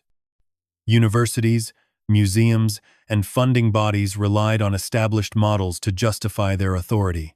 Careers were built on accepted interpretations. Challenging those interpretations required more than evidence. It required permission. Researchers who pushed too far often found their work labeled speculative, not because it lacked data, but because it crossed invisible boundaries. Peer review favored safety. Grants favored predictability. Why risk professionals standing for questions that offered no clear resolution? Institutional memory resisted disruption. Textbooks had already been written. Exhibits had already been built. Public understanding had already settled. Introducing uncertainty at that scale felt dangerous. The pyramids were presented as solved puzzles, symbols of human ingenuity alone. Reopening the case suggested that knowledge could be incomplete or misrepresented. This threatened trust. Institutions preferred stability over doubt. Even when evidence aligned with older suppressed theories, it was framed carefully. Language softened claims. Conclusions avoided implication. New findings were described as interesting details rather than structural challenges. Why address the surface when the foundation trembled? Academic resistance did not always appear as denial. It appeared as a delay. Calls for more study postponed action. Committees debated wording. Conferences discussed possibilities without conclusions. Time became a tool of control. As years passed, urgency faded. Discoveries lost momentum. The system absorbed them without changing shape. This pattern repeated throughout history. When ideas arrived before their time, they waited. The cost of being early was isolation. Scholars understood this history and chose caution. Institutional risk extended beyond academia. Education systems require clear narratives to teach millions of students. Complexity slowed learning. Ambiguity confuses assessment. Introducing theories about lost knowledge or non-human guidance raised questions that teachers were not trained to answer. Who would decide what to include? How would belief systems respond? Avoidance felt easier. Museums faced similar pressure. Exhibits told stories visitors expected to hear. Changing those stories risked backlash. Sponsors, governments, and cultural leaders preferred continuity. The pyramids became icons of human achievement, not open questions. Questioning that image risked controversy. Institutions rarely moved toward controversy without necessity. Modern discoveries also lacked a single unifying explanation. Evidence raised questions but did not provide replacement narratives. Institutions feared creating a vacuum. Removing one story without offering another left uncertainty. People often resisted uncertainty more than error. Why dismantle a stable story if no clear alternative existed? As a result, new data was added quietly without reshaping the whole. Scans became footnotes. Measurements became curiosities. The core narrative stayed intact. This did not mean evidence was ignored, it was managed. Management preserved order. Over time, resistance became a habit. Generations of scholars inherited caution as a rule. Questioning foundations was discouraged, not through force, but through culture. Young researchers learned where limits lay by watching who advanced and who stalled. Silence taught faster than instruction. This environment did not encourage radical revision. It encouraged careful contribution within boundaries. The pyramids remained a symbol of solved greatness. The deeper questions stayed outside the frame. The result was a strange balance. Evidence existed. Doubts existed. Yet nothing changed. The system functioned as designed. Stability was maintained. History moved forward without looking back too closely. The reason discoveries changed, nothing was not lack of proof. It was the fear of consequence. Rewriting origins affected identity. It touched belief, pride, and purpose. institutions chose to protect those structures rather than confront uncertainty. Whether that choice served truth remained open. The pyramids continued to stand, unchanged by debate. The evidence waited, as it had before. The question was no longer whether new discoveries challenged the old story. They clearly did. The question was whether any institution was willing to accept what change would require. And if history remained still despite movement beneath it, how long could silence hold before pressure forced another reckoning? Rewriting human origins was never only an academic concern, because origin stories formed the backbone of identity, belief, and social order across civilizations. From ancient times, people understood who they were by knowing where they came from. These stories explained purpose, authority, and meaning, offering stability in a complex world. When origins were clear, societies felt anchored. When origins were questioned, uncertainty followed. Why would institutions willingly disturb something so foundational? Origin stories shaped law, religion, and culture. They justified power structures and defined moral frameworks. Kings ruled by divine right. Nations traced legitimacy to heroic ancestors. Religions anchored faith in creation narratives that placed humanity within a sacred plan. Altering these stories threatened more than history books. It threatened cohesion. If early humans were guided by advanced beings or inherited knowledge from a lost age, then ideas of slow progress and independent rise weakened. Human achievement became shared rather than solitary. This challenged pride and hierarchy. Social systems depended on clear lines between the divine, the human, and the natural world. Blurring those lines introduced doubt. Doubt weakened authority.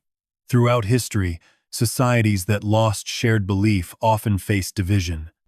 Leaders learned this lesson early. Stability required agreed beginnings. Even when evidence suggested those beginnings were incomplete, caution prevailed. Rewriting origins risked creating a vacuum. Without a trusted story, people searched for meaning elsewhere. Competing narratives emerged. Conflict followed. Institutions designed to maintain order feared that outcome. Education systems reflected this fear. Teaching children required clarity, not complexity. Simple timelines allowed learning to progress smoothly. Introducing uncertainty about origins raised questions that teachers could not easily answer. Who decides which version is taught? How are belief systems respected? Avoidance felt safer. Museums and cultural centers faced similar concerns. Public history shaped national identity. Changing it risked backlash and loss of trust. Visitors expected familiar stories, not unresolved debates. Funding and support depended on meeting those expectations. The fear was not truth itself, but instability. History showed that when origin stories fractured, societies struggled to agree on values. Religious reforms, political revolutions, and cultural shifts often began with challenges to beginnings. Institutions remembered these moments. They learned that origin stories were powerful tools that required careful handling. When new evidence appeared that challenged accepted origins, it was weighed not only for accuracy, but for impact. Would it unite or divide? Would it clarify or confuse? In many cases, silence seemed less dangerous than change. This fear did not mean origins were false. It meant they were fragile. Even ancient cultures treated beginnings with caution. Myths, symbols, and rituals softened harsh truths and protected meaning. Direct explanation was often avoided. This tradition was carried forward. Modern institutions inherited the same concern. Rewriting origins was seen as opening a door that could not be closed. Once uncertainty entered, control diminished. People asked deeper questions. Authority weakened. Systems adjusted slowly, if at all. The pyramids stood at the center of this tension. They suggested a past more complex than official stories allowed. Accepting that complexity required humility. It required admitting that history might not be a simple line of progress. For many, that admission felt dangerous. It challenged confidence in human independence and divine order. The fear of rewriting origins was not the fear of knowledge. It was the fear of consequence. What happens when people realize their story began differently than they were taught? Would they lose trust or gain perspective? Institutions could not predict the outcome. They chose caution. They preserved existing narratives while allowing evidence to sit quietly at the edges. This approach maintained order but delayed understanding. The question remained unresolved. If origin stories supported identity and order, did that make them immune to revision, or did it mean they deserved even closer examination?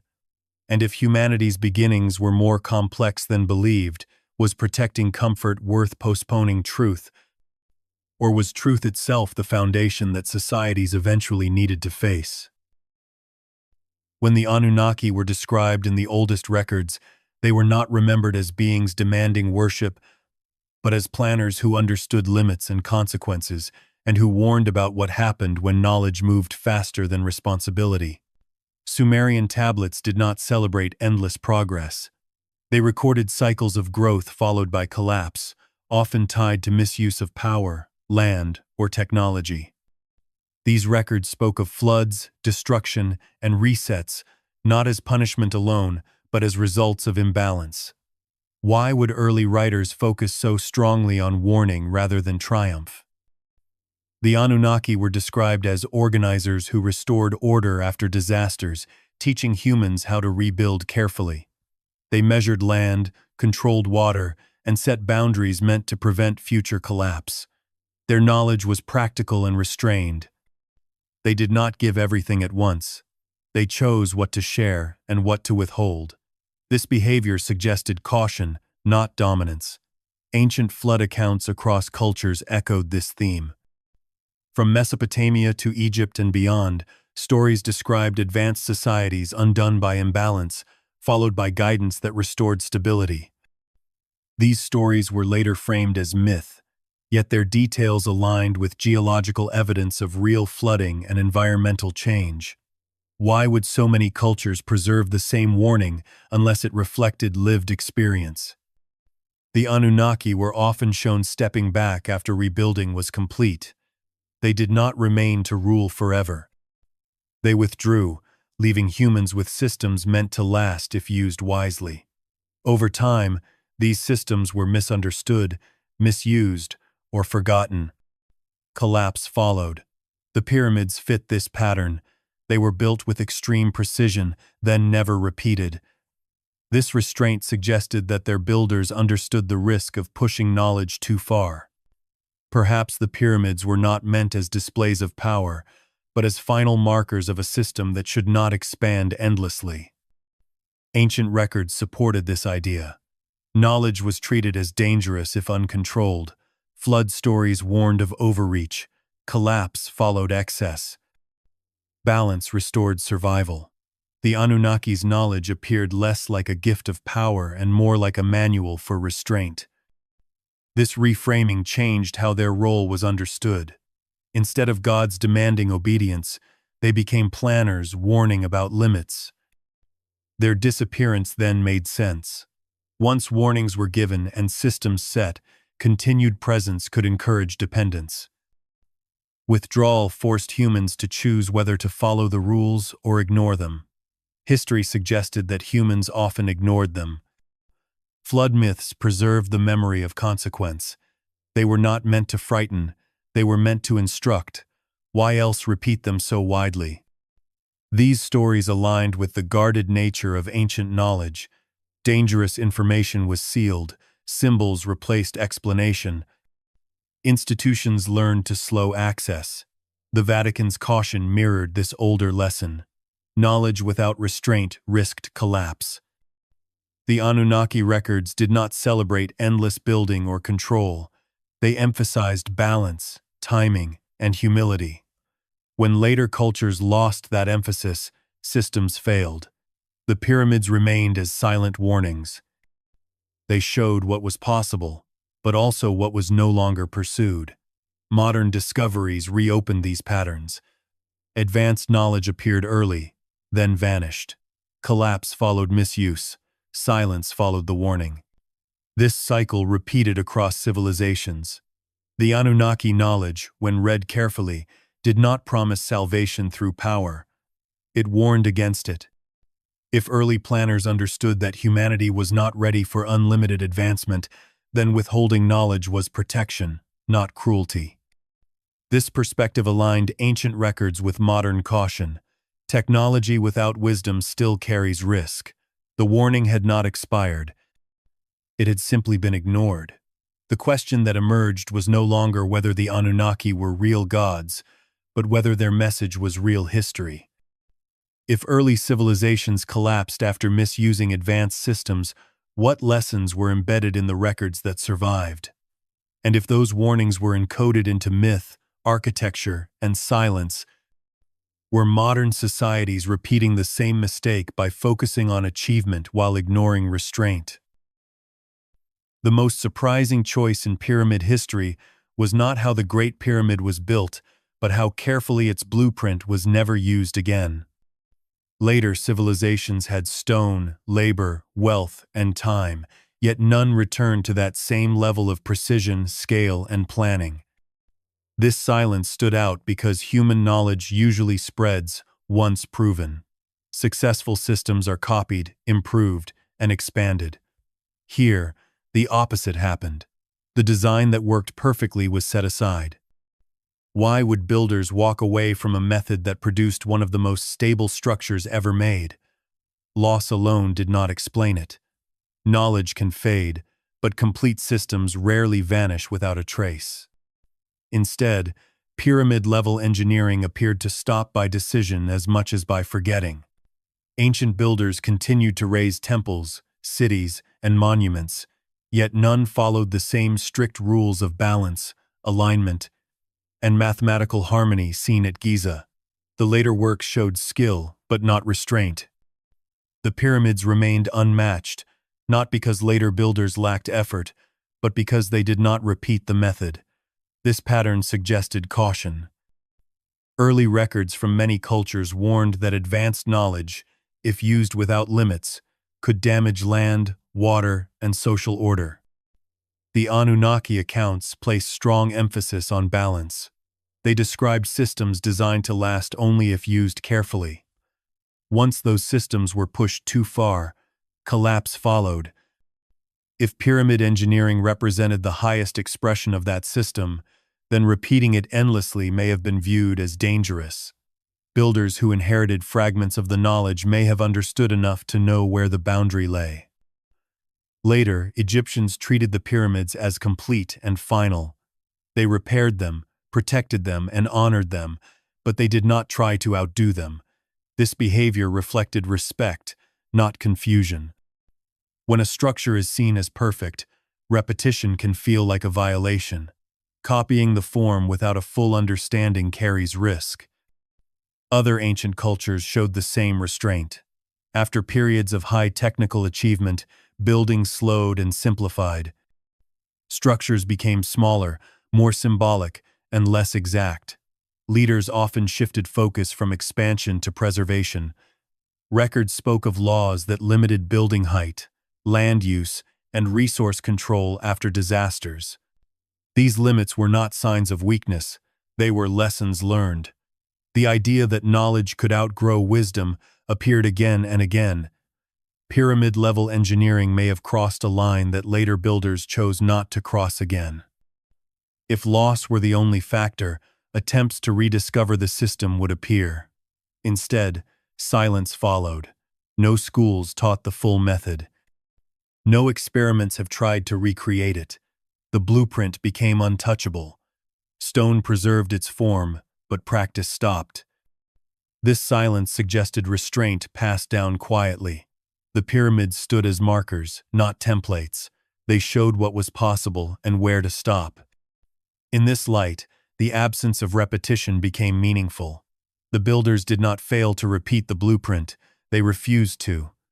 The question that lingered was not whether humanity could build like that again, but whether it should. And if restraint once protected civilization from collapse, what happened when later societies forgot why that boundary was drawn? Silence, more than denial, became the most consistent response when questions touched the deepest layers of ancient history, because silence allowed institutions to endure without making claims they could not control. The Vatican rarely issued statements about alternative origins, ancient planners, or pre-Christian systems of advanced knowledge, not because such ideas were unknown, but because confirming them carried consequences that could not be measured. Records older than doctrine rested within its archives, preserved but unendorsed. This position allowed memory to survive without forcing belief to change. Why confirm what could not be safely explained? Over centuries, church scholars encountered texts that spoke of early guidance, advanced planning, and cycles of collapse long before accepted timelines. These records were studied quietly, compared carefully, and then set aside. They were not rejected as false. They were treated as incomplete or dangerous to interpret publicly. This approach reflected a long-term strategy rather than avoidance. Institutions that lasted learned when to speak and when to wait. Public confirmation of non-human planners or inherited ancient systems would challenge creation narratives, human independence, and divine authority all at once. Silence avoided that collision. The Vatican did not need to deny that such records existed. By not addressing them at all, it allowed official teachings to remain stable while scholars continued private study. This separation protected faith from constant revision. Over time, silence hardened into policy. Questions were redirected. Discussions remained academic. Public teaching stayed focused on moral guidance rather than origin complexity. This strategy was not unique to the Church. Earlier priesthoods had done the same. Egyptian temples guarded sacred knowledge without explanation. Mesopotamian scribes sealed tablets they believed carried risk. The Vatican inherited this tradition. Its role was not to reveal everything, but to carry memory forward until the right conditions appeared. Silence also reduced conflict. Open confirmation could fracture belief, invite speculation, and create division. By saying nothing, the Church allowed multiple interpretations to exist without endorsement. Those who sought deeper answers could study privately. Those who did not were not disturbed. This balance preserved order. Some critics framed this silence as concealment, yet history showed that destruction was not the goal. Preservation was. Documents were copied, catalogued, and guarded. Silence kept them intact. If the Church truly believed such records were false, there would be little reason to protect them so carefully. Their survival suggested value beyond agreement. Over centuries, moments arose when silence was tested. New discoveries, new scholarship, and new tools brought old questions back to the surface. Each time, official positions remained unchanged. Not because the evidence was weak, but because confirmation required more than proof. It required readiness. Readiness was difficult to measure. The Church carried responsibility not only for truth, but for stability. Sudden shifts in origin stories could unsettle millions. Silence slowed that risk. This long-term strategy shaped public history. What was taught became what was safe to teach. What remained unsaid gathered weight in the absence. The Vatican did not guide public curiosity toward ancient planners or lost systems. It allowed those questions to exist outside the official narrative. This choice created space for speculation, but also prevented confrontation. Silence became a shield. It absorbed pressure without cracking. Over time, this silence took on meaning of its own. People began to ask not what the Church said, but why it did not speak. The lack of denial became noticeable. Why avoid a subject entirely unless it mattered? Silence, when repeated over centuries, stops being neutral. It becomes a statement of caution. The Church did not claim to hold forbidden truth. It simply refused to close the door on the possibility. This allowed history to remain flexible beneath a stable surface. The pyramids, the Anunnaki records, and the guarded archives formed a quiet triangle of unanswered questions. None were officially connected. None were officially denied. Silence allowed all three to coexist without resolution. This strategy preserved continuity through eras of change. The cost was transparency. The benefit was survival.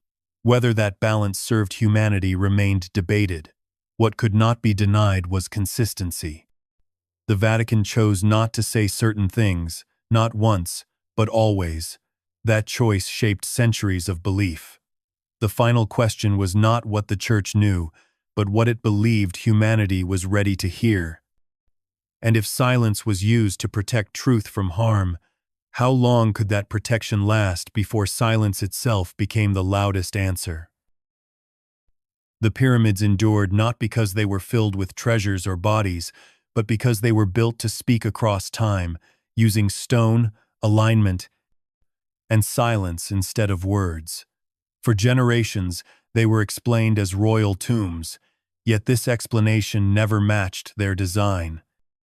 No clear burial chambers, no elaborate burial texts, and no direct evidence of intended use as graves ever fully settled the matter. Instead, the pyramids showed features that pointed outward rather than inward.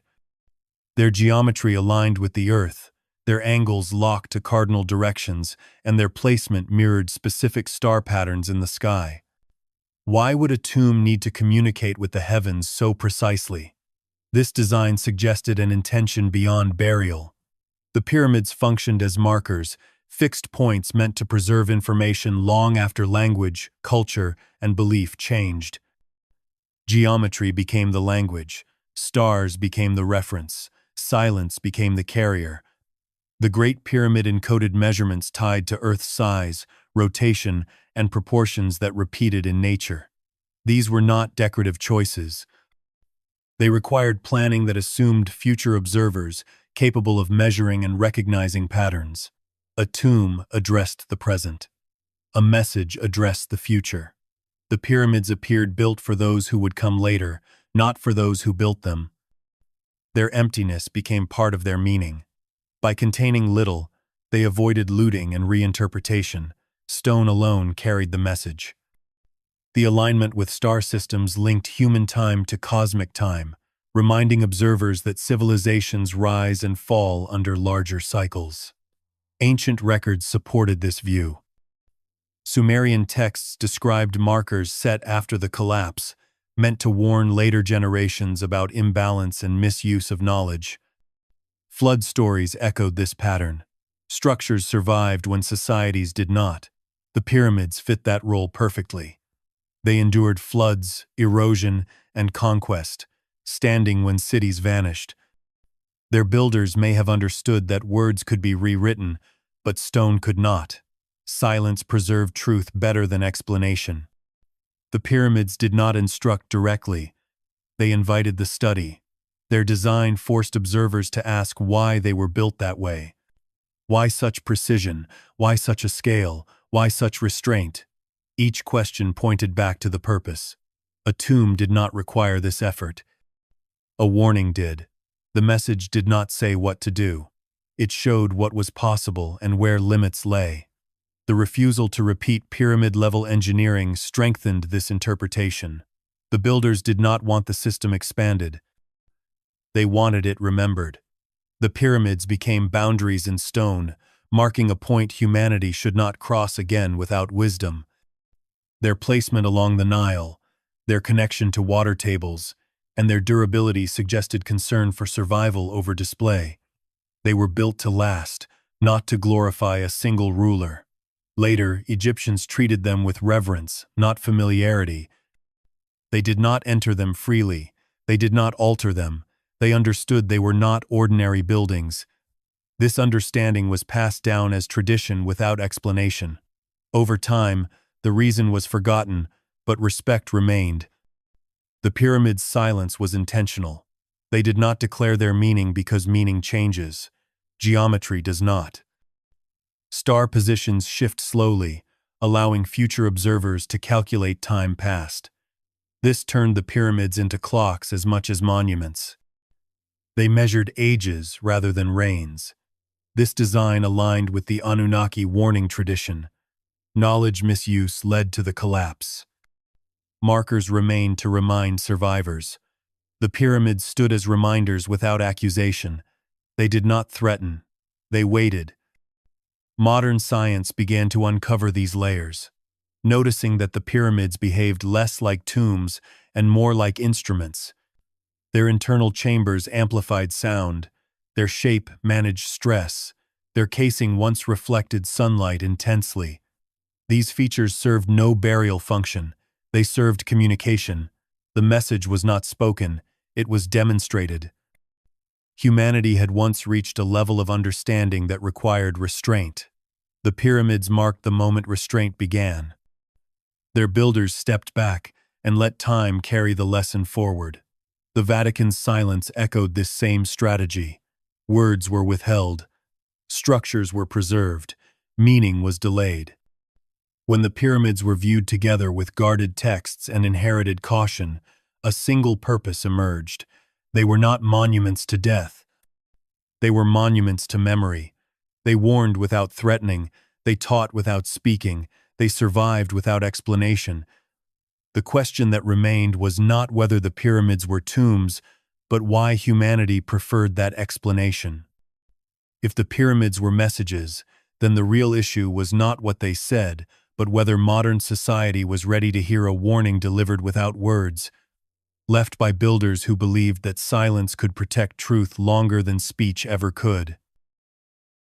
At the end of the long trail left by stone, text, and silence stood a quiet possibility that humanity once inherited advanced knowledge and then chose not to carry it forward. The evidence did not point to sudden ignorance, but to hesitation. Ancient structures showed planning beyond survival needs. Records described systems meant to balance land, water, and society. Warnings echoed through stories of collapse and renewal. Yet after a certain point, progress slowed, ambition narrowed, and restraint took hold. This pattern suggested a choice rather than a failure. Humanity may have reached a threshold and stepped back. The pyramids remained as proof of what was achieved, but also of what was not pursued again. Knowledge was preserved, not expanded. Memory survived, but use faded. Why would a species capable of such precision decide to forget? Ancient records hinted that the cost of misuse was too high. Flood accounts described societies undone by imbalance. Collapse followed excess. Survivors rebuilt with limits. These stories were not victories, they were lessons. The Anunnaki accounts fit this pattern. They described planners who guided early systems, warned of consequences, and withdrew. Their absence forced humans to choose between restraint and repetition. History suggested restraint won, at least for a time. Knowledge was sealed, encoded, and guarded. Institutions inherited the role of keepers rather than teachers. The Vatican became one link in this chain, preserving memory without reopening wounds. Humanity inherited the results, not the instructions. This inheritance was unusual. Most inheritances are claimed eagerly. This one was handled carefully. Fear played a role, but so did wisdom. Ancient societies understood that power without maturity led to collapse. Forgetting became a form of protection. Over generations, forgetting turned into belief. Belief turned into identity. The original choice faded from awareness, but its effects remained. Modern discoveries began to peel back layers of that decision. Evidence suggested early knowledge existed, then vanished from use. Institutions resisted change not because the evidence was false, but because reopening the past reopened responsibility. Accepting that humanity once stepped back raised a difficult question. Would modern society choose differently? Technology advanced faster than ethics. Systems grew more complex than oversight. The same imbalance warned about in ancient records appeared again in new forms. The inheritance still existed, scattered across stone, text, and silence. It had never been destroyed. It had been declined. The pyramids still stood, the records still waited, the warnings still echoed through myth and memory. Humanity now faced the same crossroad, whether to pursue knowledge without restraint or to pause and consider limits. The final choice was not about believing in ancient planners or lost ages. It was about recognizing patterns. History showed that advancement without balance carried risk. The builders who left the pyramids may have understood that truth deeply. They chose to mark a boundary rather than erase a path. That boundary was never claimed as an inheritance. It was respected.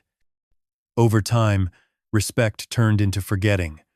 The modern world stood closer to that boundary again, equipped with tools ancient builders never imagined, yet facing the same question.